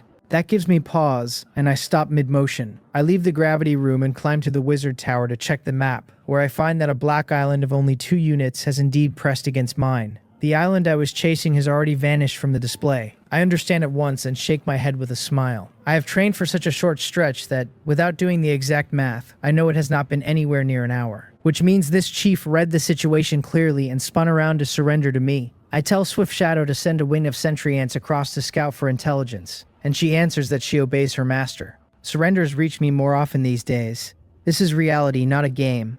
And when the gap in strength is this wide with no blood feud between us, choosing to bend the knee is entirely understandable. Every one of these chiefs is a shrewd operator who knows the worth of talent. Outside of a few survivors running genuinely evil cultivation methods, nobody dislikes gaining more powerful subordinates. Swift Shadow's report comes back quickly. She tells me the island opposite holds only a single person, bare-chested, carrying thorny branches across his shoulders. Kneeling at the seam between the two black islands, he calls himself the chief here, Zhou Changpeng, and begs to surrender to her master. Just as I expected, I tell her to give him my name, have Tak Mung Yel accept his vassal oath, and then bring the man to me. I am genuinely curious about this chief who has been racing around stirring up trouble, and even more curious about his abilities and his items. His Black Island is a mere 2 units, yet its speed boost climbed all the way to 50%, and I want to know what treasures he is hiding. A normal 2-unit Black Island should carry only level 1 supersonic sailing, which adds 10% to sailing speed. Stack on the 5% that comes from devouring a Black Island, since that also swells your volume, and 15% would be the ordinary figure. This island reached 50%, which is so high it is flatly abnormal. It is also unlikely he was leaning on some temporary speed item. I spent a full 2 hours devouring the 4 Black Islands, and another half hour subduing their 4 chiefs, 2.5 hours in all. Add on the time I spent chasing him, and across that entire span his sailing speed held steady at 50%. No ordinary temporary item sustains a boost that long, which leaves one very strong possibility. This chief owns a permanent item that raises sailing speed, and the boost might run as high as 35%. The thought puts a little heat in my chest, and I wait quietly for Swift Shadow to deliver him. Soon I sense her aura settle beneath the wizard tower, and she requests teleportation. Once I agree, she and Zhou Qiangpeng appear inside the tower in the same breath. By now, Zhou Qiangpeng is utterly dumbfounded. Standing in my territory, seeing my powerful ant army and the strange wizard tower around him, he finally grasps how ridiculously wrong he had been. His face collapses into mourning, his regret cresting, and he cannot fathom why he was fool enough to provoke a monster like this. The man before him is plainly a leading contender to be the last one standing in the whole region. Uneasy, he follows Swift Shadow without quite meaning to and is soon standing before me. He stumbles over how to address me, half starting with brother before catching himself and settling on lord, and manages to get his name out. Watching him fumble, I smile and tell him to relax. Then I say plainly that I am interested in a few of his abilities, and want to know what that phantom item is, and why his Black Island sails so fast. He bobs his head like a man hammering garlic, and swears he will tell me everything he knows, and hold nothing back. He produces several items and hands them over, explaining that the abilities I asked about come mainly from these. He also owns a reconnaissance item, he says, among his more valuable things. Everything else is basic resources, already sorted and sealed, waiting only for me to send someone to inspect and collect. How considerate, sorting the resources out in advance. Looking at how thoroughly he has submitted, I forgive him on the spot for running and wasting a little of my time. I take the items, nod, and tell him he has done well, and that I like smart people. Someone will arrange his placement, I say, so he need not worry, because I am no cruel lord, and as long as he follows the rules he will not have a bad life here. He thanks me and says he will do his best, but the bitterness in him is plain. He loves his freedom by nature and hates constraints, and circumstance has simply overpowered him. Even if he does not want to work for me, he now has to call me boss. He leaves the wizard tower with Swift Shadow, and after the administrative staff process him, he is settled into my underground city. The sight of that grand sprawl widens his eyes. He mutters that being strong is one thing, but having infrastructure this fierce is another. That his own territory looks unwatchable by comparison, even though he had guarded it all this time like a treasure. Mid-lament, his vision goes dark, and he realizes he has been surrounded. He turns, his expression changing, and forces a smile as he starts to call it all a misunderstanding and asks to explain. But the 4 men closing in are the exact chiefs he tricked. After being assimilated into my territory, they waited a long while for him, only then understanding they had been deceived. Knowing that with my strength Zhou Qiangpeng could not stay loose for long, they camped outside the recruit hall for nearly 3 hours until persistence paid off. Now they finally vent every ounce of resentment with fists and feet. I do not know that the man who just handed me a pile of treasures is being worked over downstairs. Even if I did, I would not step in much, since what he pulled really was underhanded. I pick up the items one by one. The first resembles a mirror, and the manual reads it as the Phantom Magic Mirror Platinum rank. It lets you select an existence you possess and conjure its illusion, the duration tied to that existence's volume, with a 3-day cooldown. This is clearly the tool Zhou Qiangpeng used to fake a whole Black Island. The effect is impressive, since a Black Island still counts as something he possesses, and only its enormous volume kept the illusion short. Turned on something smaller, it would hold for hours. Strictly speaking, the Phantom Magic Mirror can outraise combat power directly, making it a functional item at best. But in the moments where raw power alone cannot solve a problem, utility like this becomes nearly limitless. He trapped 4 chiefs in one stroke with it. I slide it into my storage ring. The next item is an old-looking oil lamp, logged as the Navigation Oil Lamp, Platinum rank, which raises a Black Island sailing speed by 35% when placed beside the area core. Abnormal. The effect is dead simple and outrageously strong. A clean 35% added to sailing speed and nothing else. To gain that much movement speed, I would need to swell my Black Island by another 7 units, which means this single item is worth devouring 7 more islands. Filled with feeling, I set the Navigation Oil Lamp carefully beside the area core, and when I checked the area map, my sailing speed has indeed surged by 35%. Combined with having just swallowed Zhou Chung Peng's island, my Black Island's additional sailing speed boost soars to 135%. It is an absurd figure that turns the vortex's suction into a child tugging weakly at an adult's sleeve. After testing my speed, I turn to the last thing Zhou Chung Peng gave me, a crystal ball. The manual names it the Observation Crystal Ball, Gold rank. It lets you observe the scenery around a target through a signal receiver, with the observation range tied to the strength of that receiver's signal. It sounds like a mobile camera, but its dependence on a receiver makes it impractical in its current form. So I decide to hand it to 09 to tinker with, in the hope she can dig out the underlying principle, extract some technology, and build something more useful. I look it over briefly and then trade it across to her. With Zhou Chongpeng's offerings reviewed, I turn my attention to the whole regional map. Roughly a day has passed since the Great Vortex event opened, and the map has already shifted a great deal. When the event began, there were still around 80 Black Islands, and now only 54 remain. Some 30 of them were devoured by other chiefs, swallowed by an instance, or dragged into the vortex. Being devoured by another chief still leaves the island survivors their lives, as long as that chief is not extremely radical. But being taken by an instance or the vortex is very nearly a death sentence. The count of islands has fallen, yet their overall magnitude has climbed, and 3 Black Islands now carry numbers, a mark that appears only once an island reaches 10 units or more. One day into the event, 3 islands have already set themselves apart, glowing on the map like bright spots. One marked 10, another 12, and the third marked 17. That 17 hangs there like a full moon and pulls gazes from across the entire region. Its owner is me, fresh off devouring 5 Black Islands in a single sweep. I rub my chin and study the layout. I reached 17 units so fast for 2 reasons. One was that an enormous mobile instance drifted right up to me and got devoured. The other was a knot of densely packed islands nearby that let me annex 5 at once. The 2 other large islands are noticeably smaller than mine, but their strength may not actually be weaker. They simply had fewer neighbors to feed on and were not as lucky as me. My surrounding waters are now scraped clean of both islands and instances, so reaching my next target will eat nearly 2 days even at my speed. Within those 2 days, it is entirely possible those 2 chiefs close on me. I stay calm rather than smug about holding the largest area, because I am fully aware of the danger. With the islands thinned out and spread thin, I can no longer expand as explosively as before, which makes this idle stretch a good chance to turn my resources into raw strength. I look next at the instance light spots.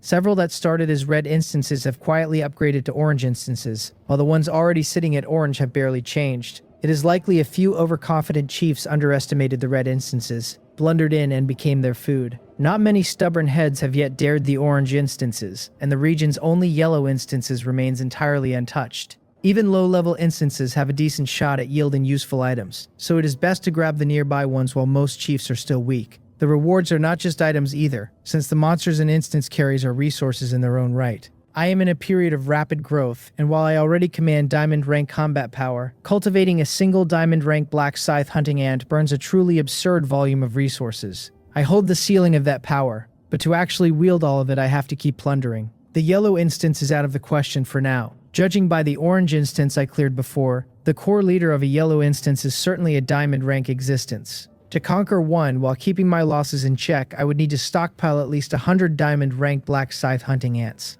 My whole reason for taking instances is to grow stronger, and if the losses run too high, the whole thing turns into a net loss. Weighing the spread of islands and instances, I settle on a route that strings together 1 red instance and 1 orange instance, plus 2 black islands of 2 units and 1 of 3. I choose the nearest 2-unit island and set sail, though even the closest of them will take 2 days to reach at my ridiculous speed. Then I stop worrying, let the black island run for its target, and step out of the wizard tower to keep refining my power. Diamond rank ants cultivate slowly, and with no new ants breaking through, it will not take me long to fully digest my enhanced strength. Spiritual power is another matter, a grind that only rewards long, stubborn persistence. Time slides by, day rolling into night, and more than a day passes in a blink. The 2 days stay calm and uneventful, my teammates all buried in their own affairs with no urgent reason to reach me. With their strength, unless they run into an enemy of truly outrageous power, they can settle their own troubles, so there is genuinely no need to call on me. I have been fighting at high intensity for days on end, and I am tired and mentally strained, yet now that I have stopped, I am oddly unused to the quiet. What a hard-working fate I have. I chuckle and shake my head, then check the time and find it is already midday. Just as I am about to head down to the banquet hall for a meal, my communication ant rings, and the number belongs to Tak Mungyul. I answer and ask if something is urgent, and his voice comes through telling me they have found it, that someone has turned up a brand new type of ant. A new ant? It has been so long. Are new types finally showing up? A little excited and no longer caring about food, I tell Tak Mungyul to bring it over so I can see. Then I change my mind and ask where he is, so I can come to him instead. He tells me not to rush, that he is already on his way to my office, and will arrive soon, so I say I will wait for him there. I rein in my restlessness, open the door, and pace back and forth. Soon the elevator chimes, and Tak Mungyul comes toward my office in quick little steps, cradling a transparent glass bottle. I cross to meet him with my eyes fixed on the bottle in his arms, and ask whether this is the new ant. Still catching his breath, he hands it to me, forces a smile, and confirms it, adding that it was a coincidence. The subject specifically hunting for ants did not find it at all. Instead, a subject who had tired himself out exploring lay down to sleep in an abandoned shelter, accidentally crushed an ant, took a minor injury, and that was how it surfaced. Something like that, huh? I smile and shake my head, saying it truly is a matter of timing and fate. No matter how the man found it, discovering a new species of ant is a huge contribution to me, so the promised reward has to be guaranteed and his injuries treated well. Tak Mungyul pats his chest and swears there will be no oversight, not with so many people watching, and I tell him I trust his work. Then I remember something. I tell him that the elixir's Sun Weepung has been developing lately, and the new crop varieties Wang Hian has cultivated. The ones good for the body he should be using diligently himself. He has piled up mountains of contribution and never spent any of it, I tease, as if he means to earn interest. He scratches at his hair, a little sheepish, and admits things have simply been busy, that it will ease once this period passes. He insists I will keep conquering territories and gathering subordinates, so he cannot afford to fall behind if he wants to stay my steward. He tells me he is in fact using the elixirs, and that he traded some skill books out of the contribution warehouse as well, picking a path that smooths his own cultivation and advancement. As my strength climbs, Tak Mungyul truly does feel more and more stretched, even with a large team behind him. It is not a lack of ability but a limit of energy, of spiritual power and raw strength. Only by gaining extraordinary power can he keep a proper grip on the chaos of running my domain. Seeing that he understands this, I nod, satisfied, and tell him it is good he has prepared, that he should hand more tasks down to his subordinates, and free up time for his own cultivation. He answers that he understands, and quietly closes the office door on his way out. I finally let my gaze fall to the bottle in my hand. Inside are ants with pale blue swollen abdomens, their mouth parts flickering now and then with faint arcs of electricity, and among them sits one twice the size of the rest, clearly their queen. Ants that discharge electricity. Surprised, I check the information on these sparking little things. The manual reads them as plasma ants, black iron rank, an elemental attack type with potential up to silver rank at 31%. Their ability is plasma, spraying stored charge to strike enemies, drawing on the energy banked in the abdomen until it runs dry. Once depleted, they cannot fire and must slowly recover or absorb lightning attribute materials to refill. Their current mutation evolution success rate sits at 23%, and feeding them lightning materials raises that rate. It most likely evolves them further into an elemental attack type, with only a tiny chance of mutating elsewhere. A lightning elemental attacker, and one with range at that. I cannot hide my excitement. I crave spiritual attribute ants even more, but a long-range elemental type is exactly what I lack, and its function does not overlap with anything I already field. Cultivated properly, it becomes an excellent complement to my combat power. The plasma ant starts at black iron rank with a ceiling at silver, much like the light healing ant, and perhaps elemental types simply carry a naturally higher power level. Elemental abilities are high-end work after all, since mutated beasts generally have to reach silver rank or above before showing any. It is unremarkable for an ant born with a trait to open at a higher rank. I look again at that fat abdomen and figure it must all be stored plasma, which explains how the sleeping subject got hurt crushing one. The catch is the evolution material, since lightning attribute resources are uncommon and command outrageous market prices. My first red instance clear did drop a lightning resource, a gold rank item that outputs on its own, but the yield stays limited. If I want to push plasma ants toward platinum, diamond, or legendary, the resources would be astronomical. Cultivating ants means constant consumption on top of that, and without a stable source I could never afford to raise them. I frown over it for a long while before landing on a plan I am not sure will work. The light healing ant, being a light element ant, can absorb not only light attribute materials but raw sunlight to grow and to cultivate more of its kind. Since the plasma ant is also elemental, only tuned to lightning, I wonder whether it can likewise feed on natural lightning. The feasibility feels high. I nod to myself and decide I have to try it. Lightning, though, is not like light, which lies free for the taking anywhere. It strikes at unpredictable moments and lasts only an instant, so to use it I cannot simply wait around, and I will need a tool to catch and store the energy. It seems I will have to trouble 09 again. I look at the 20-odd plasma ants huddled in the bottle. A purple glow flares in my left eye, and the eye of taming binds them all in an instant. 20-odd black iron rank ants are no burden at all for me. Once they are tamed, I carry them straight to Wang Heian and tell him these are the plasma ants I just acquired. I have written every detail on paper, I say, and I am entrusting their cultivation to him. His expression stays calm, but the joy in his eyes gives him away as he eagerly takes the bottle and assures me he will raise them well. Worried about an accident with something so freshly caught, I add that there are only this many, that he must not experiment recklessly, and that above all he must let nothing happen to the queen. He pushes his glasses up, nods and promises he will not so much as touch the queen, because he knows what matters. After squeezing several assurances out of him, still balanced somewhere between worry and relief, I take my leave and go back to refining my spiritual power. It is not until 6 in the evening, drained in body and mind, and just after swallowing 2 spiritual power recovery pills, that a message from 09 reaches me. She tells me the equipment for converting lightning energy is finished, though the observation crystal ball will still need more time before its principles are fully understood. That fast? Reading the manual, I am both surprised and pleased. I have just wrapped my training with nothing much to do while I recover. 09 has not visited in several days, which is unusual for her, so I am curious about how she has been. I reply with my thanks and ask whether I can come take a look, and she answers with a single syllable of assent. The teleport request clears, and the next second I am standing in her shelter. The instant I land, my pupils shrink and I take in my surroundings with genuine shock. 09's shelter has utterly transformed, no longer the cramped old mechanical workshop, but a silver-white alloy structure shaped like a pigeon egg, radiating a heavy sense of technology and spanning several thousand square meters. Robots dart everywhere through the building, and not only humanoid ones, but spider-shaped, dog-shaped, bird-shaped, and more besides. The most striking sight is a 60-meter silver-white mecha standing at the center, ringed by countless mechanical arms and robots busy spot welding and disassembling. The whole place runs like a precision machine plant, every construction performing its duty tirelessly and efficiently, and standing in the middle of it, I feel as if I have stumbled into an illusion. Where has this dropped me? I rub my eyes hard, look again, and confirm the scene is real, then smile with a complicated tangle of feeling.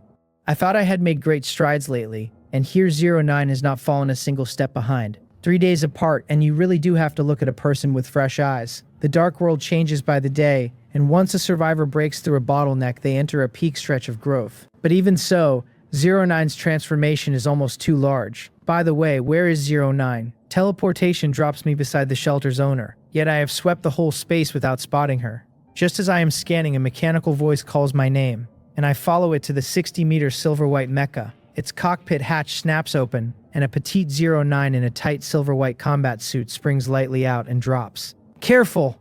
That is over 60 meters up. The last time she disembarked from a mecha, she had to ride its palm down slowly, so my pupils clench and I throw open my wings, meaning to catch her, only to stop halfway.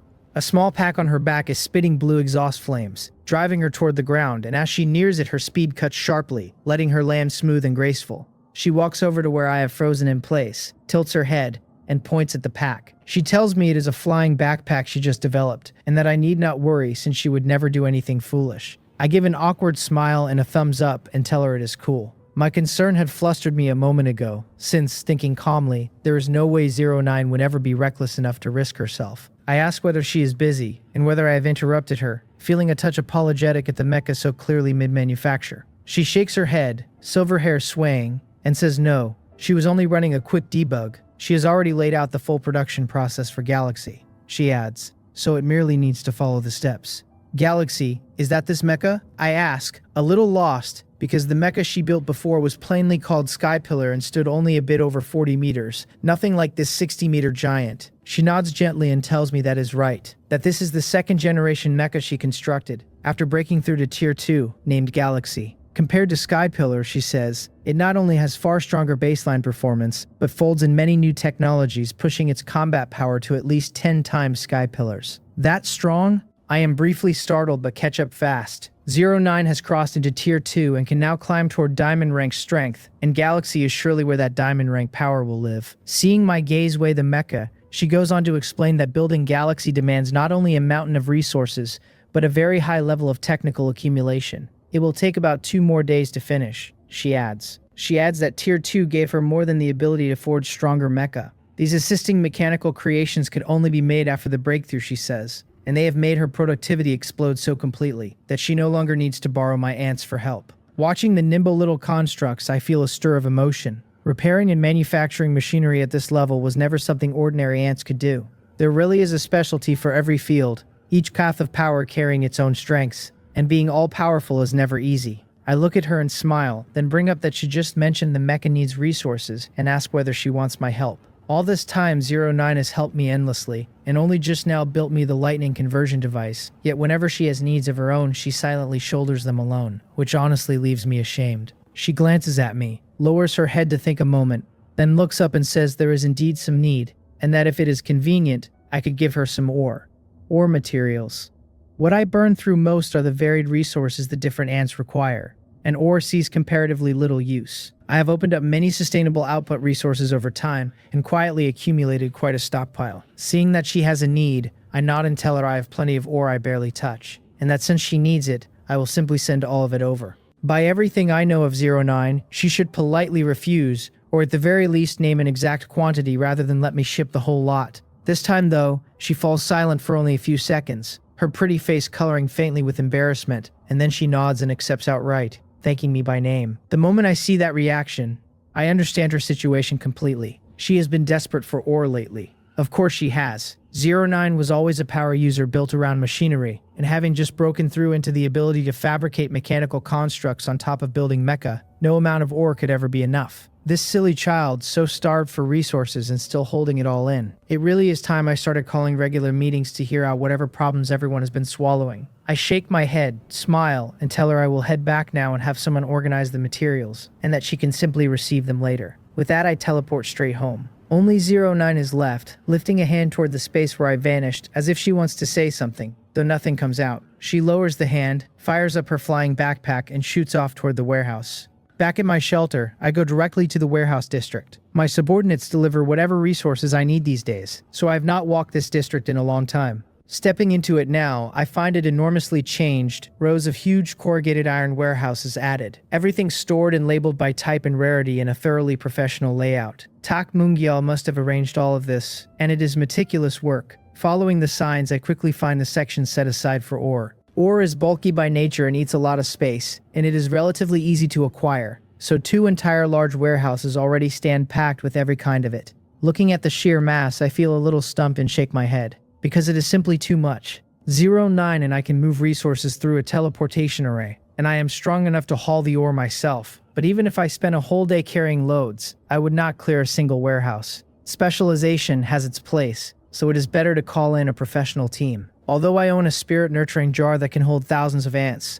in peacetime I keep my ants out working at labor and construction rather than lulled to sleep inside it. I summon 50 hovering ants shaped like airships, along with over 1,000 black scythe hunting ants the size of small trucks. In under an hour, every scrap of ore from both warehouses is delivered to 09. When she sees the haul my ants have carried in, she is so stunned her mouth falls open, an expression rarely seen on the usually poker-faced 09. It is simply that she has been poor for too long, and I have given her far too much. She tells me it is too much, and asks whether I can even use it all. I smile and cut her off. I tell her that if she has something to say, she should just say it and stop hiding things, since we are teammates. She is also welcome to visit me anytime she has a moment. Then I say I am heading back to work, wave and return to my shelter carrying the device she built for receiving lightning energy. After I leave, 09 gets straight to work herself. As an outstanding machinery power user now entering a stretch of explosive growth, she can turn resources into strength as fast as she can feed them in. There is no bottleneck in sight for a long time. With everything I just handed her, she can raise her strength by nearly 30%. Back home, I waste no time setting up the lightning receiving and storage equipment, exactly as 09 taught me, planting the receiving antenna outside and burying the storage tank underground. She explained that even without a thunderstorm, the Dark World's air carries free-floating lightning elements, thinner than in a storm but present, and the device banks those too. Once it is installed, I look my handiwork over with satisfaction and decide to let it fill slowly, since I still keep some lightning materials in reserve for emergencies. More than enough for now. I have prepared so much, and I still do not know how strong the plasma ants will turn out, but I hold a deep well of mutated gene reserves, and Wang Heon is researching gene combinations for me, so even if the plasma ants open weak, the right combinations can hand them formidable strength. In the blink of an eye, 2 days pass. My Black Island catches the nearest 2-unit island right on schedule. The 2-day voyage was not entirely smooth, since the moment that island's chief saw the region's number 1 bearing down on him, a 17-unit giant, he panicked and fled with every trick he owned. All of it proved useless against the Gulf in cruising speed. With 3 hours of travel still left, I triggered God Descent, the God's token's own function. For the very first time, it skipped the whole 3-hour leg and ended that island struggle. And by then, my Black Island had reached 19 units. The frantic escape cost me a good deal of time, but I no longer fixate on such things. Whether a man flees or surrenders, it is all part of the process, all just human nature, and I refuse to dwell on it. I did not even meet the chief, handing the reception entirely to Tak Mungyo. What leaves me a little helpless is that as I chased that 2-unit island, every other island near the route scattered and bolted as though I were a plague god. By the time I ran down my target, the surrounding islands had already fled far away. The chiefs who have survived this long must be exactly the ones unwilling to surrender easily, which makes the fantasy of them spotting my giant Black Island and running over to kneel almost impossible now. I study the scattered islands drifting off in the distance and cannot help but think it over. Chasing them one by one like this is too inefficient. I need a better way. My eyes drift to the vortex at the map's center, and a bold idea rises on its own. Not yet. Wait a little longer. I change course again and steer toward a nearby orange instance. The method turning over in my mind is to let the vortex's suction herd the Black Islands for me. Right now that suction only pulls at 2 units of speed, negligible for anyone, but the Dark World would never launch a great vortex event and leave the vortex a mere ornament. Its suction is certain to grow strong enough that ordinary people cannot resist it. That is precisely my opening. Once the pull turns fierce enough, I can circle the vortex like a hunter waiting beside a snare and simply scoop up whatever islands the current drags in. The whole plan rests on one condition: that my Black Island sailing speed far outstrips the vortex's suction, because only then can I harvest the trapped islands while keeping myself safe. Overplay the hand and I get pulled in and stranded right alongside them. My island currently carries a 155% sailing speed bonus, 30% from 19 units of area, and 35% from the navigation oil lamp. That puts my total sailing speed at 25.5. I am confident that even if the vortex's suction doubles or triples, it will not endanger me. The plan is entirely workable. Before the suction climbs high enough to meet my conditions, I decide to knock out a few nearby instances first and leave the fleeing islands alone for now. Besides the orange instance I am currently sailing toward, my area holds 2 red instances and another orange one. Clearing an instance is quick, only a few hours, but the travel between them is unavoidable, and taking all 4 would eat nearly 10 days even at my speed. About 5 days have passed since the Great Vortex event began, and in 2 more the vortex will hit its first surge of suction, which by my read will not yet meet my conditions. Clear all 4 instances though, and the vortex should surge a second time, landing right where I need it. With the plan locked and still 2 days out from the orange instance, I climb to the Wizard Tower's observation deck and look out over my whole territory. From the tower's floating height, and with my sharp eyes I take in a panorama at a glance. My land now spans 190,000 square kilometers though, so I catch only broad strokes rather than fine detail. Pioneers have begun reclaiming ground around my shelter, farmland and pasture opening up in patches, while more remote reaches hold only a few scattered subjects surveying land that has not yet been put to use. Further out, the mutated beasts I penned into a forest. After an instance clear have bred prolifically, and some strays have already started wandering out to explore. Surveying it all leaves me deep in thought. Devouring an island or an instance drops a mountain of resources at once, but that windfall is finite. Now that my territory runs so large, and my black mist immunity nearly covers the night, I can expand my farmland aggressively and push development across the surface. The underground I will reserve for the higher grade, more precious crops and livestock. Conquering cities and seizing spoils only carries you so far. To last, you have to lift your own productivity and stand on your own supply. I pick up my communication ant and call Tak Mungiel. When he asks if I am looking for him, I tell him yes, that I want to intensify our use of the surface land as much as possible. Then I ask whether he foresees any trouble making that happen. He answers that he has been chewing on the same problem lately and is already drafting a plan to bring me, so I tell him to lay out his thoughts. He says that leaving the subjects to reclaim land on their own is simply too slow. We should offer ant rental services, he adds, so they can borrow the strength of my ants to speed up production. For those short on money, we can open loan services besides, he adds, since a little pressure paired with a little motivation will fire up their enthusiasm. Tak Mungyal grows more animated as he talks, his excitement carrying even through the communication ant, and the whole pitch strikes me as vaguely strangely familiar. Goodness, Tak Mungyal has imported the money-lending playbook of the greediest capitalists. But as long as it works, it is fine. I have no moral qualms about it and accept his proposal at once, telling him that since he already has a detailed plan, he should go ahead boldly and aim to show results fast. He thumps his chest and vows I will see a change in 3 days, no, in just 2. And then, remembering something, adds that he also has some ideas about the beast forest. I ask if he means the forest where the leftover instance monsters were penned after the clear, and he confirms it. Since the creatures reproduce, he argues, we should not wipe them all out at once and exhaust the resource. Instead, we can harvest them in a planned rotation like tending a vegetable patch, and issue quests so the territory's warriors call them as training, killing 2 birds with 1 stone. By now my ant combat power, if not outright ahead of the field, sits among the very top tier of the whole dark world. Still, it stays hemmed in by how hard new ant species are to find, which keeps its range of functions from covering everything. Humans are different, since the skill books the dark world produces can only be used by them, letting people pull off all manner of strange abilities that patch my gaps nicely. If my vassals grow stronger still, they might even lend a real boost to my ant's combat power, so cultivating my vassals is not something I can afford to neglect either. Tak Mungel's suggestion is a good one. I nod to myself and tell him to do exactly as he described, and that he has worked hard. He laughs that after cultivating a few rounds he has far more energy now, that it is no strain at all. With Tak Mungyal carrying the load, I save myself an enormous amount of effort and settle fully into being a hands-off manager, sinking once more into a rare stretch of leisure. Leisure always slips away fast, and a day is gone in a breath. Waking the next morning, I feel the damp hanging in the air, as if my body is picked up on something. It rained last night. Rain leaves the lightning elements in the air far more active, and if there was thunder and lightning with it, their concentration will have climbed to an extremely high value. I cannot help a flicker of excitement, since the storage device should by now have gathered enough energy. Enough at least to supply the plasma ant queen. Nature's energy is inexhaustible and completely free, and free does not mean poor to use. If anything, this kind of natural elemental energy is purer and easier to absorb than the energy wrung out of precious items, making it far better to work with. Catching those natural energies and compressing them into storage is the hard part, and without 09 the technical genius, I could only ever stand there sighing up at the lightning.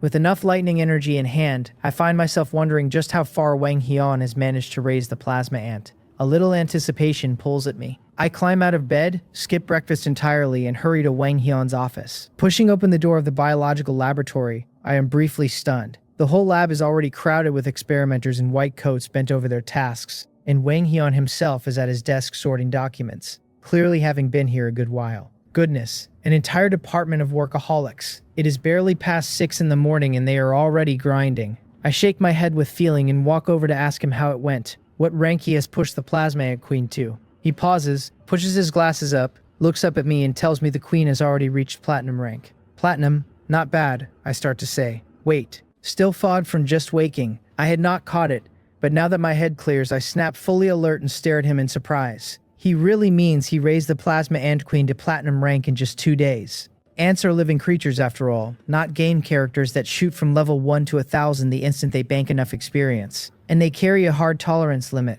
In my own experience cultivating ants, even with energy and resources in abundance, lifting one from black iron rank to gold rank in 2 days would already be an excellent showing. Going from gold rank to platinum rank is 1 or 2 times harder than the entire black iron to gold climb combined. What he just claimed sounds flatly impossible, but Wang Hian is a professional and no joker. So if he says it, then it is true. I draw a deep breath and ask him how he managed it. He pulls open the top drawer and produces a bottle of pale yellow potion. He explains that it is a liquid extracted from the stomach of a hyena-like mutated beast, one that promotes the absorption of energy in living organisms. As he speaks, he glances toward the experimenters bustling nearby and tells me this is his colleague's achievement, the payoff for all their early mornings and late nights. With that energy absorption solvent, plus last night's lightning and rain packing the air with charge, a huge quantity of lightning energy piled up. That surge is what let the plasma ant vault straight to platinum rank in one clean stroke.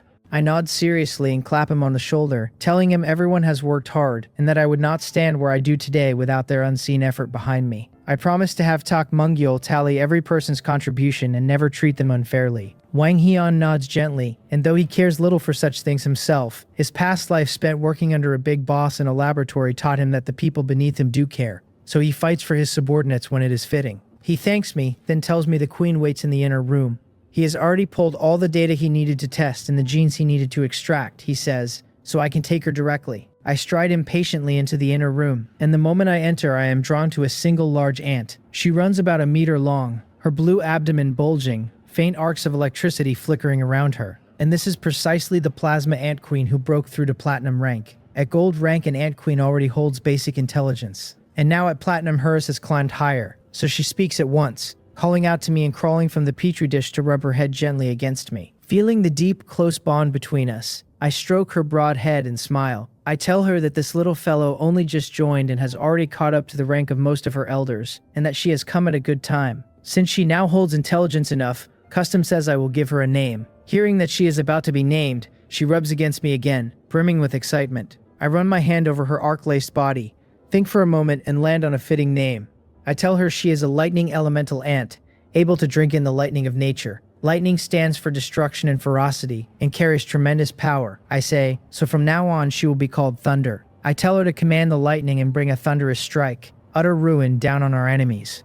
Thunder mumbles her new name over and over, delighted beyond measure, and cannot stop the bursts of electric arcs dancing across her body, which promptly give me, still stroking her head, a solid jolt. She yelps that she did not mean to. After thoroughly lecturing Thunder never to discharge at me again, I carry her to the ant nest, set up a home for her, and let her begin cultivating plasma ants. Wang Hian has already fused several well-suited genes into her, so she can simply cultivate them directly. On top of that, I move 09's lightning energy device and its storage tank into Thunder's nest, so she can absorb the charge without hassle. With everything arranged, I wait quietly nearby, eager to see Thunder cultivate her first platinum-ranked plasma ant, so I can study exactly how strong it is.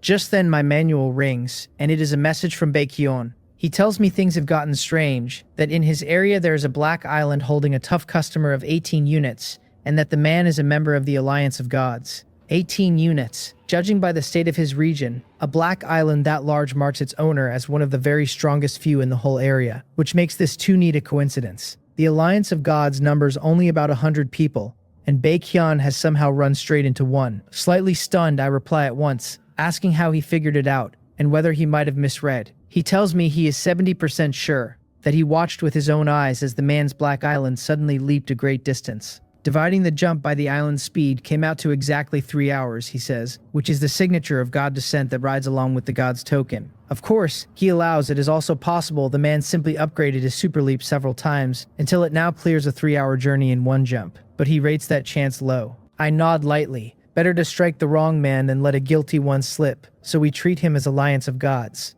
I ask Baekhyun what he is thinking. He goes quiet a moment, then says that since we have found the man, the sooner we deal with him the better. The longer we wait, the more variables creep in, and while he has not yet developed, we should take him out clean. He admits, though, that handling it alone might be a bit much for him. I smile and shake my head, because I saw that coming. I tell him to go ahead and charge in, that once he borders the man I will help. But we have to coordinate the timing, since it would be a mess if I got tangled in a battle of my own the moment he needs me. He laughs with relief and thanks me, then lays it out. Traveling at full speed now, he can reach the man's current position in about 5 days. But the target will not sit still, so he will make instead for an instance near the man and lure him out. An 18-unit island belongs to a chief with a fierce hunger to expand, one who will never resist coming to devour a smaller island stuck attacking an instance, so we can probably move in about 6 days. I nod, since that is exactly right. Never mind others, even I could not resist a nearby island pinned down against an instance, and unable to run.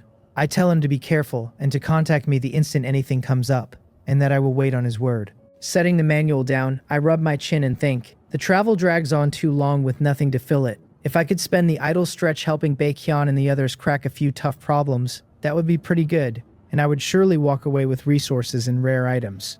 Given our relationship, they would never let me work for free. Still, as their strength has grown, they can solve most things themselves, and it has been a while since any of them asked me for help. If Baekhyun had not stumbled onto an Alliance of Gods member this time, he likely would not have reached out either. Thunder's voice reaches me from beside me, telling me she has cultivated her tribesmen. I come back to myself and look over to find an ant 1.5 meters long lying there, considerably larger than Thunder the Queen herself. Its belly is big and blue and packed with plasma, arcs snapping across it now and then. This is a platinum rank plasma ant, and I check its information immediately. The manual reads it as a plasma ant, platinum rank, an elemental attack type with potential at platinum rank sitting at 12%. Its abilities are listed as Plasma, Lightning Overload, Energy Absorption, Lightning Shield, and Magnetic Levitation, and its mutation evolution success rate now reads 11%. Climbing from Black Iron rank clear to Platinum rank, vaulting past Bronze grade, Silver rank, and Gold rank on the way, it has gained 4 new abilities at once.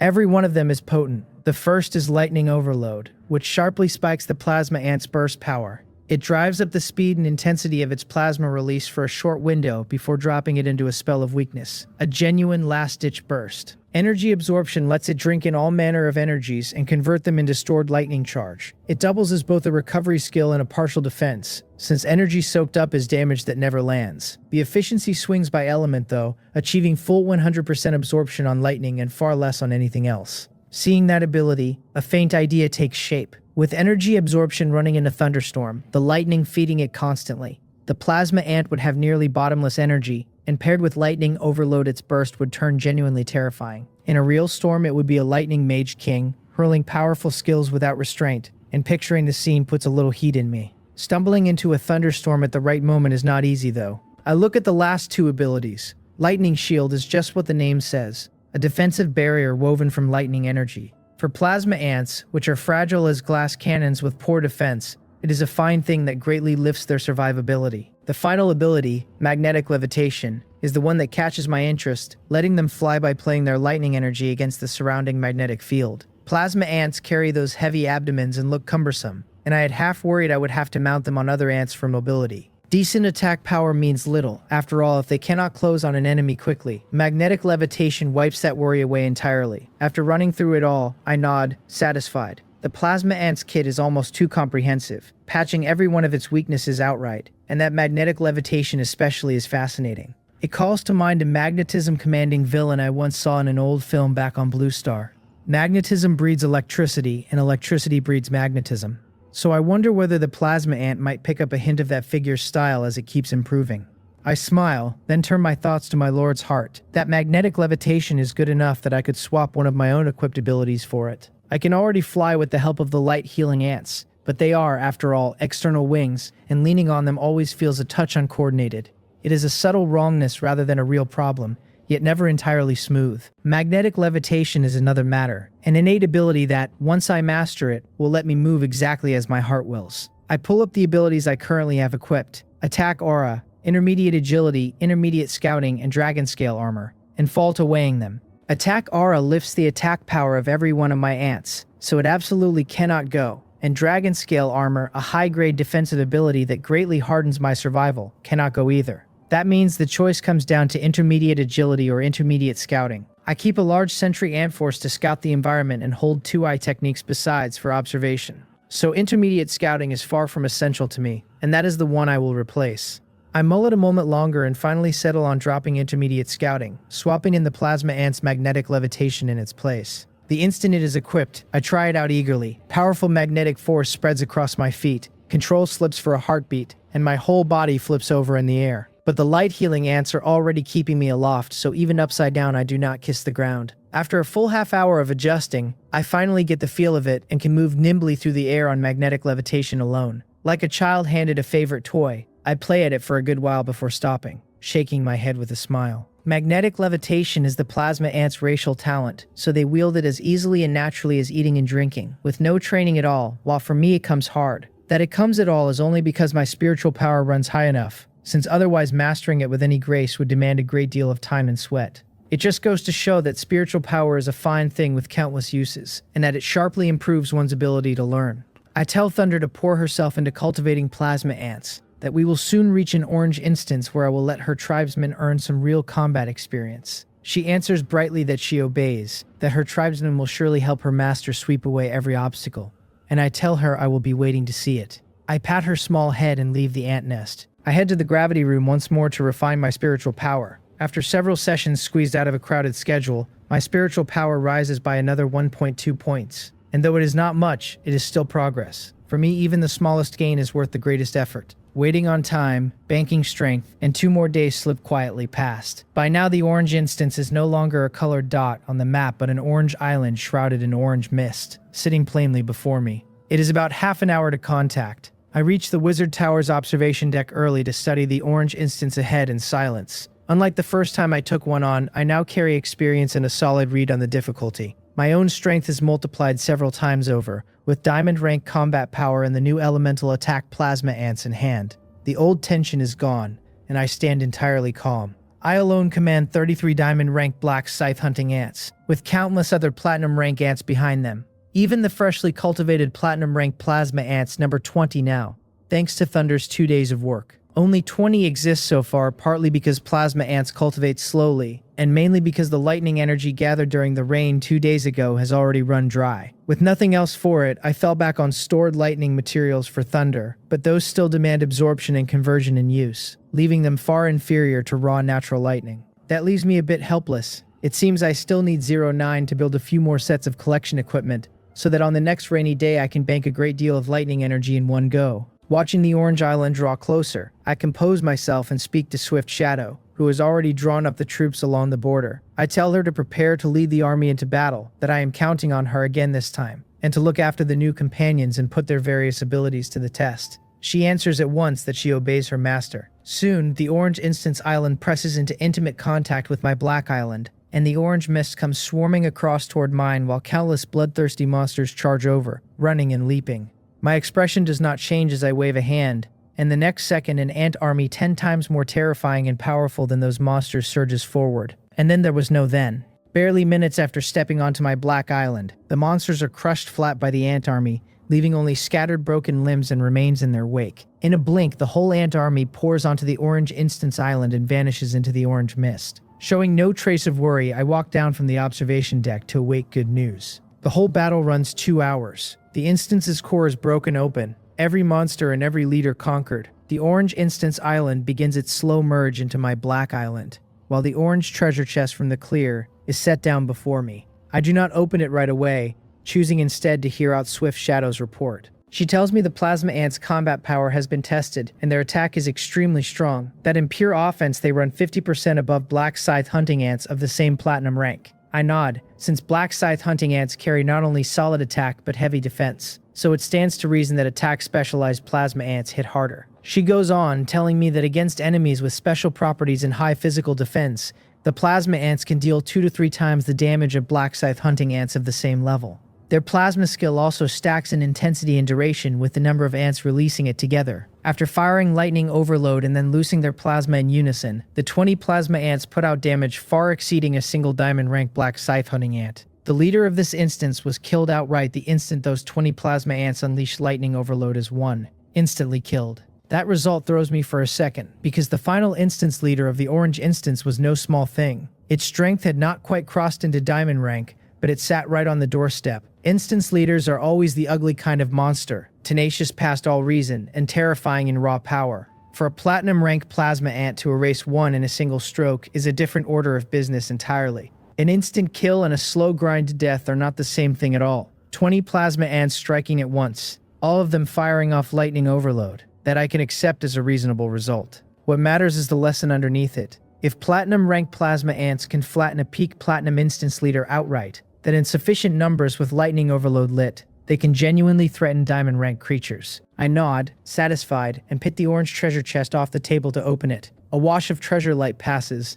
and 3 items settle in front of me. One raises the level of supersonic sailing, one is a platinum rank sustainable wood element resource, and the last raises the level of the protective barrier. Decent enough for an orange instance, and no surprises in it. I hand the wood element resource to a sentry ant, and send it off to Tak Mungiol. Then use the 2 ability items. Supersonic sailing climbs from level 3 to level 4, adding another 10% to my sailing speed. The protective barrier rises from level 2 to level 3, its shield value leaping from 300 to a full 1000. Looking at that surging shield number, I find myself a little puzzled. The shield does not seem to defend against invasions from other Black Islands, and I honestly cannot say what it is for. Still, an ability that exists at all, one is stubborn to upgrade as supersonic sailing, must have a place where it earns its keep. I simply have not found that place yet.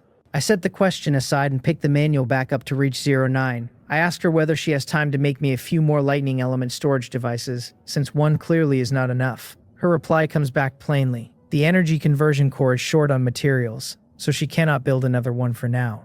That deflates me a little. Ever since the plasma ants proved this useful, I have been itching to expand their numbers, and the one thing choking me is the method of gathering lightning element energy. That is exactly why I went running to her. If she cannot manage it, then I am left slowly hoarding energy and raising the ants at a crawl. Just as I have half given up, she keeps typing. The energy conversion core cannot be produced any further, she says, but the single core she built already runs at very high efficiency, nowhere near its ceiling. She can make me several more lightning reception devices and storage devices, and that alone will raise my gathering efficiency by roughly tenfold. Would that be enough? Why did she not lead with that and spare me the worry? Reading her message, I cannot hold back a surge of joy, and I tell her it is more than enough. My plasma ants are only platinum rank right now, and their resource appetite is not especially outrageous.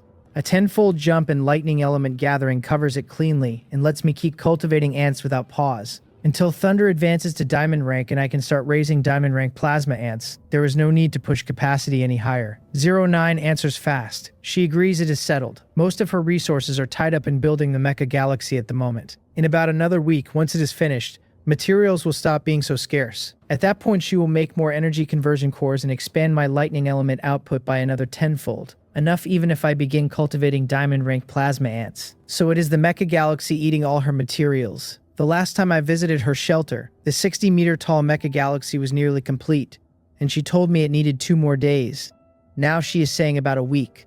It seems she ran into trouble somewhere along the line. I frown and answer at once, thanking her. Thunder is unlikely to break through to diamond rank inside a week anyway, so she should handle her own affairs first, and finish the Mecha Galaxy without rushing on my account. She sends back her assent. I end the exchange and set the manual down. It is already noon, so I head to the banquet hall to take lunch first. I am barely halfway through the meal when a trade request from 09 lands. I put down my chopsticks and lift the manual to look. The interface is already showing 9 lightning reception devices, 9 energy storage tanks, and a mechanical spider, along with a note. She has programmed the spider to help me install everything, she says, and I only need to press the switch on its back. That leaves me caught somewhere between helplessness and gratitude. This 09. She must have started building these the instant our conversation ended, even with her most crucial mecha stalled on a serious problem.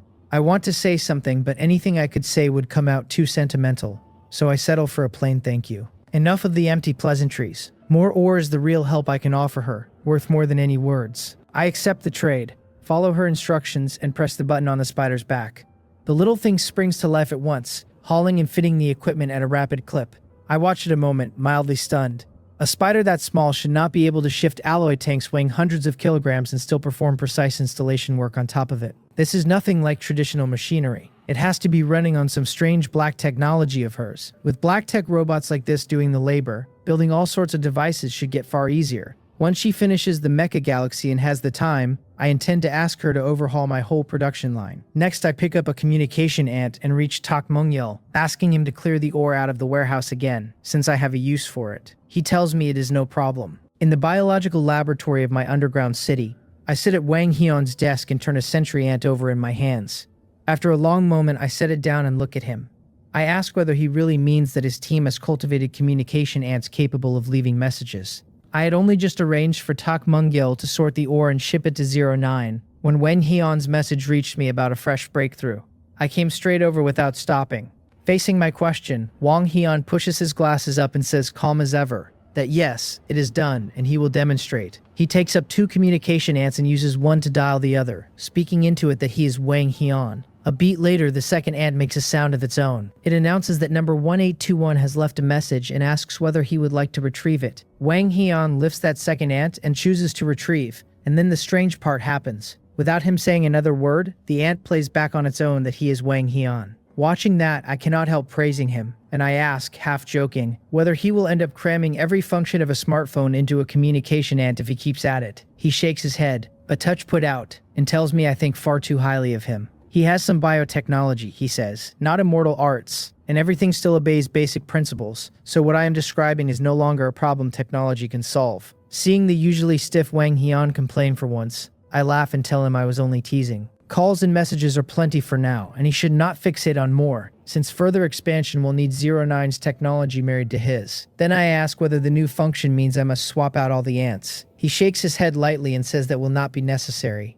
I only need to return the communication ants for some minor adjustments. That is a relief. Production has ramped up so much that the communication ants in my territory are no longer the scarce novelty they once were. The total across the whole domain is nearly touching 2,000 now. Replacing them one at a time would be a genuine headache, but minor adjustments make it simple. I smile and clap Wang Hian on the shoulder, telling him I will keep leaning on his team for the factory returns and repairs. The function upgrades, though, cannot be free, and for the pricing he can work it out with Tak Mungyul. Wang Hian gives me, the scheming merchant, a slightly speechless look, then nods. Some habits do not die. The moment I return to my office, a familiar chime reaches my ears. It announces that 7 days have passed since the Great Vortex event began, that the first upgrade of the Vortex's suction is commencing now, and that the current suction stands at level 2. Hearing it, I sit bolt upright and shed my easy posture. I had forgotten today was the day the suction would climb. I straighten and wait a while, but nothing more comes, so I do not linger. I go straight up to the top floor of the Wizard Tower to check the regional map. The instant I lay eyes on it, surprise takes me. The vortex icon at the center of the region seems to have swollen by about 50%, and I am certain I am not mistaken. There is only one vortex icon on the map, a matter of life and death that threatens to tear Black Island apart, and I have watched it closely with my own eyes. Before, the icon was no bigger than a coin. Now it has plainly grown a great deal larger. What surprises me even more is the orange instance beside the vortex. It has not only risen to a yellow instance, but is still clinging to the very rim of that vortex. I frowned, thinking it over. I had not caught it in the moment, but that orange instance next to the vortex has already climbed to yellow. An orange instance has to devour 5 black islands to reach yellow. With the vortex's initial level 1 suction, there is no way the chiefs were being forced to clear it just to escape the pull. It must have been the still ownerless black islands, the ones with no chief decided yet, dragged toward the instance by the suction and swallowed at random. A yellow instance leader carries diamond rank strength, and for most chiefs at this stage that is an extremely nasty problem. When the thing was still orange, I felt little about it. Now that it has risen to yellow, I take it rather more seriously. No, going by how much the vortex has grown, it should already be swallowing that instance whole. Could it be that the vortex repels instances, so this one keeps hanging at the edge instead of vanishing inside? The more I turn it over, the likelier that guess feels. And if it is true, the problem is large. If some black islands in this region cannot get devoured by others quickly enough, then once the suction climbs high enough, they will all be hauled toward the vortex. Staring down a life and death crisis, those chiefs will surely go all out and push toward that yellow instance. And by then, I can already picture yellow being nowhere near its ceiling.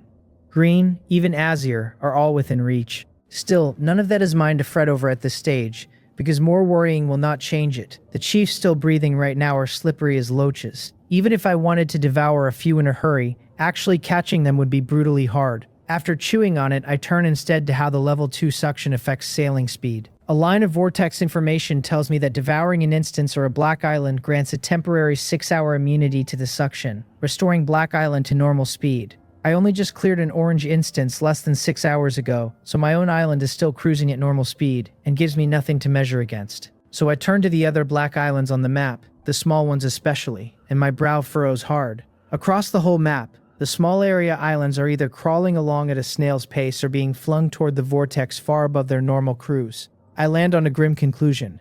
The level 2 suction has jumped straight to 10 units of sailing speed. Against the level 1 suction of 2 units, that is a full 5-fold increase. Consider that a 1-unit island starts with 10 units of speed, plus level 1 supersonic sailing for 11 units total. Level 2 suction could very nearly strip a 1-unit island of all forward motion. If that were the whole of it, I would not be so tense. My own Black Island currently runs a full 27.5 units of speed, so even shorn of 10 units it keeps 17.5. Slower, but livable. What truly unsettles me is the pace at which the suction is growing. If level 3 climbs at the same 5-fold rate, it will reach a monstrous 50 units of sailing speed. If that comes to pass, even a Black Island as large as 21 units could not hold against the pull. In other words, In 7 days, it becomes a matter of life and death. My expression turns grave as I sink into it. If a level 3 vortex really musters 50 units of suction, no one should be able to stand against the next wave. The only way to stay even relatively safe would be to keep devouring black islands and instances without stop. Perhaps it will not be quite so extreme. But this sudden spike is bound to shatter the balance that held until now, and the whole region should start shifting because of it. My read proves correct. Across the Dark World channel, everything has boiled over. Every Black Island chief locked in furious debate. As the islands settled their chiefs one by one, the overwhelming majority of survivors have become vassals and lost their manuals, so nearly everyone's still able to speak as a chief now. Even with only chiefs talking, the feed refreshes so fast it is one solid wall of scrolling text. It is the same panic wearing 100 faces. Some curse the suction as unfair with their speed all but gone. Someone jeers that if you cannot fight the pull, you should sail with it and embrace the vortex. Plenty simply decided it's smarter to pledge to a big name and keep a life at all. Amid the noise, I noticed the smaller islands changing course. The ones that had been scattering and fleeing from the giants begin to turn about and steer toward those very giants. The 2 islands, whose area falls just short of mine, have drawn a crowd of chiefs surrendering into them. And I, holding the largest area in the region, pull in plenty of my own. Nearby islands that had been sprinting away from me suddenly wheel and race toward me instead. Many chiefs simply sit too far off, and under the vortex's brutal suction they cannot close the distance, so they settle for the 2 closer giants. Otherwise I would have even more coming in. Seeing it, I shake my head with a smile. My plan of conquering the nearby instances first was clearly the right call. Those small islands are too much trouble to chase down, so letting them come to me saves both time and effort.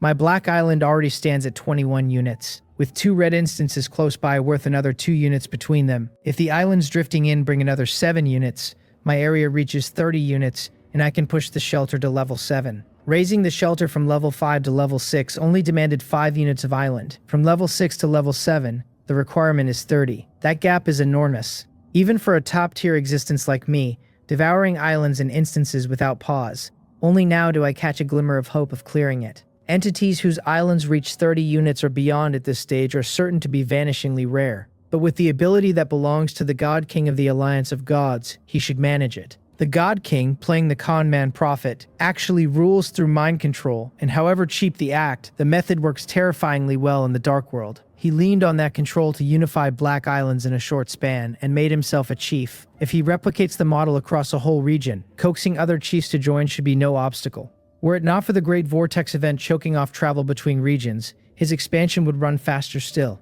Even boxed into one area, he is still steering more than 100 regions from a distance through the Alliance of Gods. It is genuinely chilling.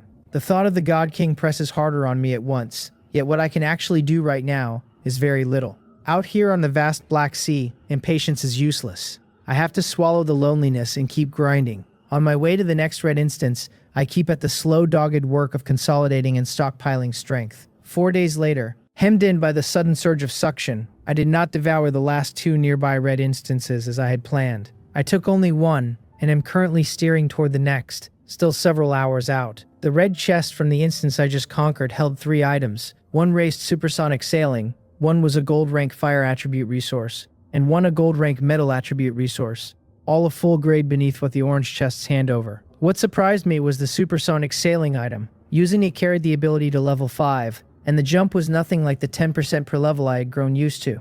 It leapt 30% in one stroke, so level 5 now boosts my sailing speed by 70%. With the suction spiking and pressure mounting by the day, that is a very welcome surprise. On top of that, over these 4 days, 2 more Black Islands have come to join me. Because my island sits closer to the vortex than theirs, they suffered none of the suction's drag when they steered toward me. They arrived smoothly instead, as if riding a tailwind. Islands still holding their independence at this stage are no longer raw 1-unit newcomers. These 2 run 2 units and 3 units respectively. After devouring the pair, plus that red instance, my Black Islands area has reached 27 units. I am just 3 units short of the 30-unit threshold for the shelter upgrade. I look at the map, at a 3-unit island racing toward me, and shake my head with a smile. That island sits plainly closer to the giant in the northwest, yet it has chosen to forsake the near for the far and throw in with me. Even with the suction helping, it will take a day at minimum to reach me, which is cutting it a touch late. The appointed time should be nearly here. The time I mean is the one I set with Baekhyun 6 days ago. We agreed to jointly conquer the giant Black Island in his region, the one we suspect belongs to the Alliance of Gods. Sure enough, after 10 minutes, my manual sounds off. It is Baekhyun, punctual as always, asking whether I am ready. He is fully prepared, he says, only waiting on my command to charge. I settle onto the office sofa and read his message, but I do not rush to agree. What we are about to face is no small fry. It is a giant black island under a chief driven half-mad by the God King's brainwashing, which makes it dangerous. It would be safer to talk the plan through a little first. I tell him there is no trouble on my end, and he should come to my place first so we can run over the details.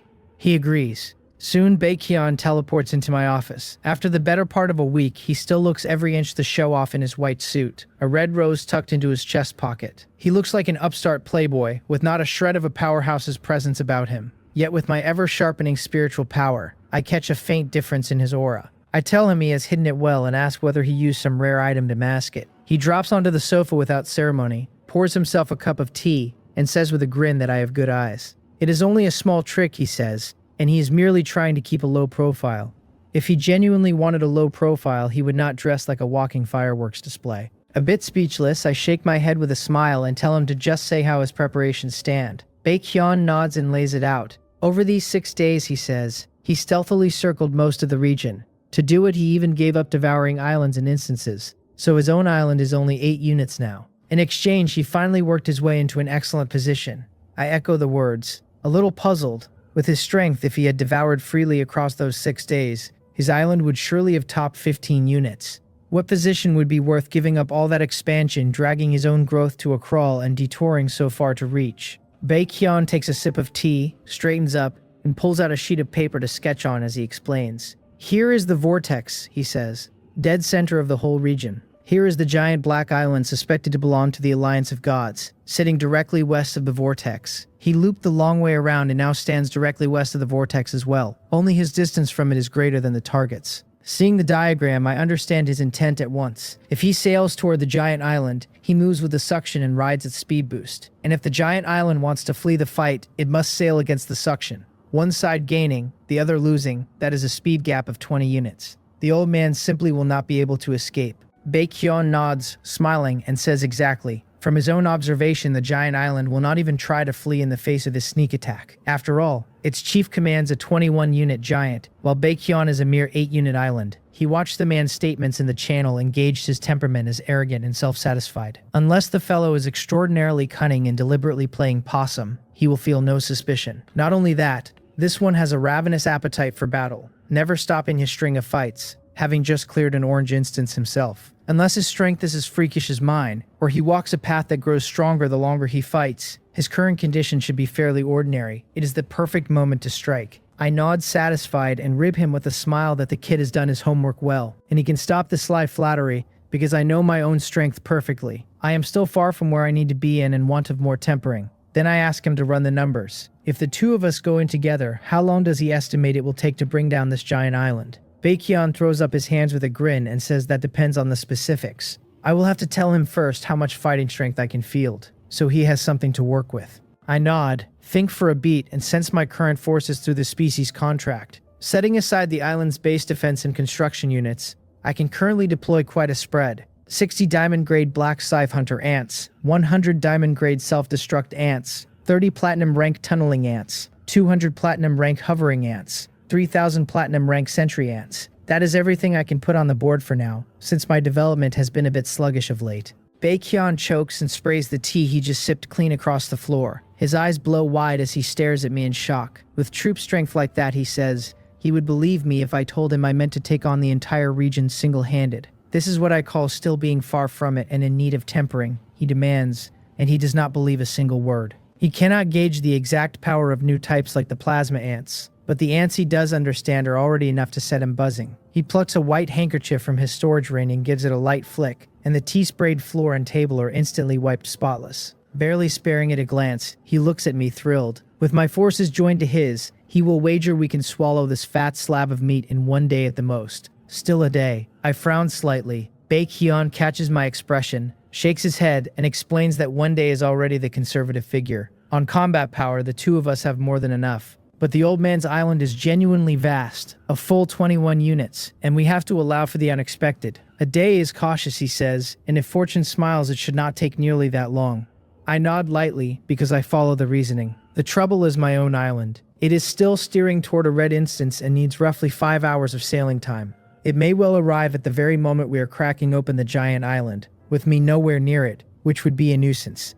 Do I wait or hold my course? I stroke my chin, wait a moment, and decide fast. Forget it, it is only a red instance. I will send a few diamond-grade black scythe hunter ants to lead the charge, and taking the instance core boss without a single loss should be no problem. The one snag is that the base troop strength left behind will run a little thin, but that is a fine chance to let the territory's vassals blood their own soldiers. Mind made up, I look at Baekhyun and nod. No trouble on my side, so he should set out now and I will square away my affairs and then come to him to make ready. He agrees and says he will head back and prepare, and he teleports away on the spot. I pass the necessary cautions to Tak Mungyul and Mowal, setting the two of them to direct the red instance battle in my absence. Then I work the spirit nurturing jar, gathering every ant I have readied into it, and teleport to Baekhyun's territory. The instant I arrive, the changes seize my attention.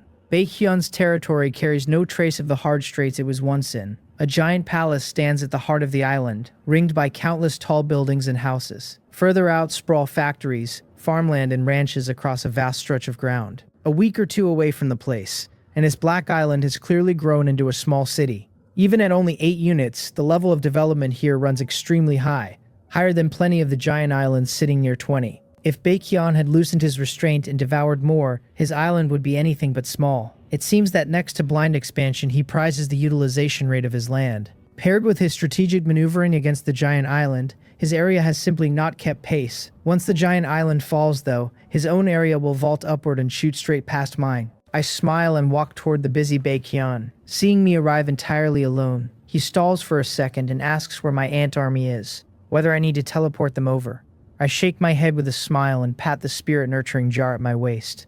I tell him not to worry, that they are all right here. He shoots me a thumbs up and says I have my share of treasures too. That tools able to hold this many living creatures are very rare. By the way, he adds, he has already set the island sailing toward the giant. In about an hour they will reach the target, so he is fully ready and only waiting to make landfall. He points to a smaller but more resplendent mini-palace at the innermost part of the grounds and asks why I do not come wait there a while. Curious as I am about the inside of his palace, I know what matters. Contact comes in an hour, and however much faith I have in our strength, taking the enemy lightly is the gravest disrespect a man can do himself. Better to stay wary until the enemy is fully broken. I shake my head and decline. Instead, I ask him where the border facing the enemy island is, and tell him to take me there now. I will release the ants first and set them in formation. If the enemy notices him sailing in early, they may pre-deploy troops at the border, and if we are not ready, we end up on the back foot. Baekhyun nods and says with a smile that I am always so thorough, that this works well and we will not count the chicks before they hatch. Those brainwashed by the conman prophet are usually not the sharpest, he adds, and the man may even take him for someone come to join up, which would be its own kind of amusing. He waves me on, saying he will take me over. He lifts his left hand, heavy with storage rings and gold light flashes. A golden carpet about 10 square meters wide appears before us, hovering in the air like a magic carpet out of legend. I step onto it after him, curious, and the next second it rockets away at a speed the eye can barely follow. While Baekhyun's island sails toward the giant, his approach has already drawn the notice of that island's chief. The chief commands a 21-unit island, and he is indeed an Alliance of Gods member. Exactly as Baekhyun guessed. His appearance is ordinary enough, a thin middle-aged man. Were Baekhyun and I standing here, we would know him at a glance. He is one of the few human members whose statue ranked fairly high in the Alliance of Gods gatherings. Right now he studies the regional map with a baffled look, watching the 8-unit island racing toward him on the vortex's pull. Strange, the thin middle-aged man thinks. This island is plainly only 8 units, so why does it ignore the little 2 and 3 unit islands ripe for devouring and come hunting for him instead? Does it mean to surrender, or to swallow him whole? He frowns, working it over. He has been brainwashed many times over, the demonic roots planted deep, the God King's mark seared so far into a spiritual sea that there is no turning back. Yet his wits are not much dulled. As a human, an old hand who clawed through society for decades, he is nothing like the brainless wolf-headed man my group ran into before. He is cautious, and a great many thoughts flash through him in an instant. There are only these 2 possibilities, he reasons.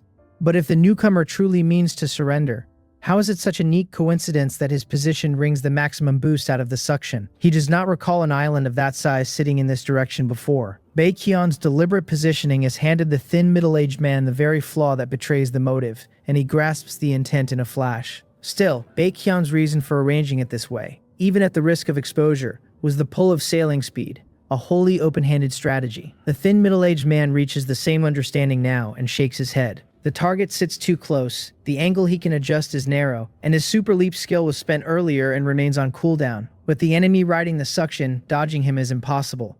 Only one road is left. Meet the enemy head-on. He rises, hands clasped behind his back, pacing and brooding. The man deliberately fixed his position, even surrendering the chance to devour a heap of islands and instances, all to jam him into a losing spot with no exit. Is he that certain he can beat him? Who lent him such nerve? Mid-stride he halts, his face flooding with fanatical devotion, and he lets out a cold snort. He is a member of the Alliance of Gods, he tells himself, a candidate for godhood favored by the God King. The young man is far too green, a scrap of power in hand, and already blind to how high the sky sits. He is a snake trying to gulp down an elephant, and if his belly is not big enough, it will burst. His confidence has its grounds. He has already broken through to Tier 2, one step shy of Diamond rank, and lately he has thrown himself into conquests to gather the resources for the leap.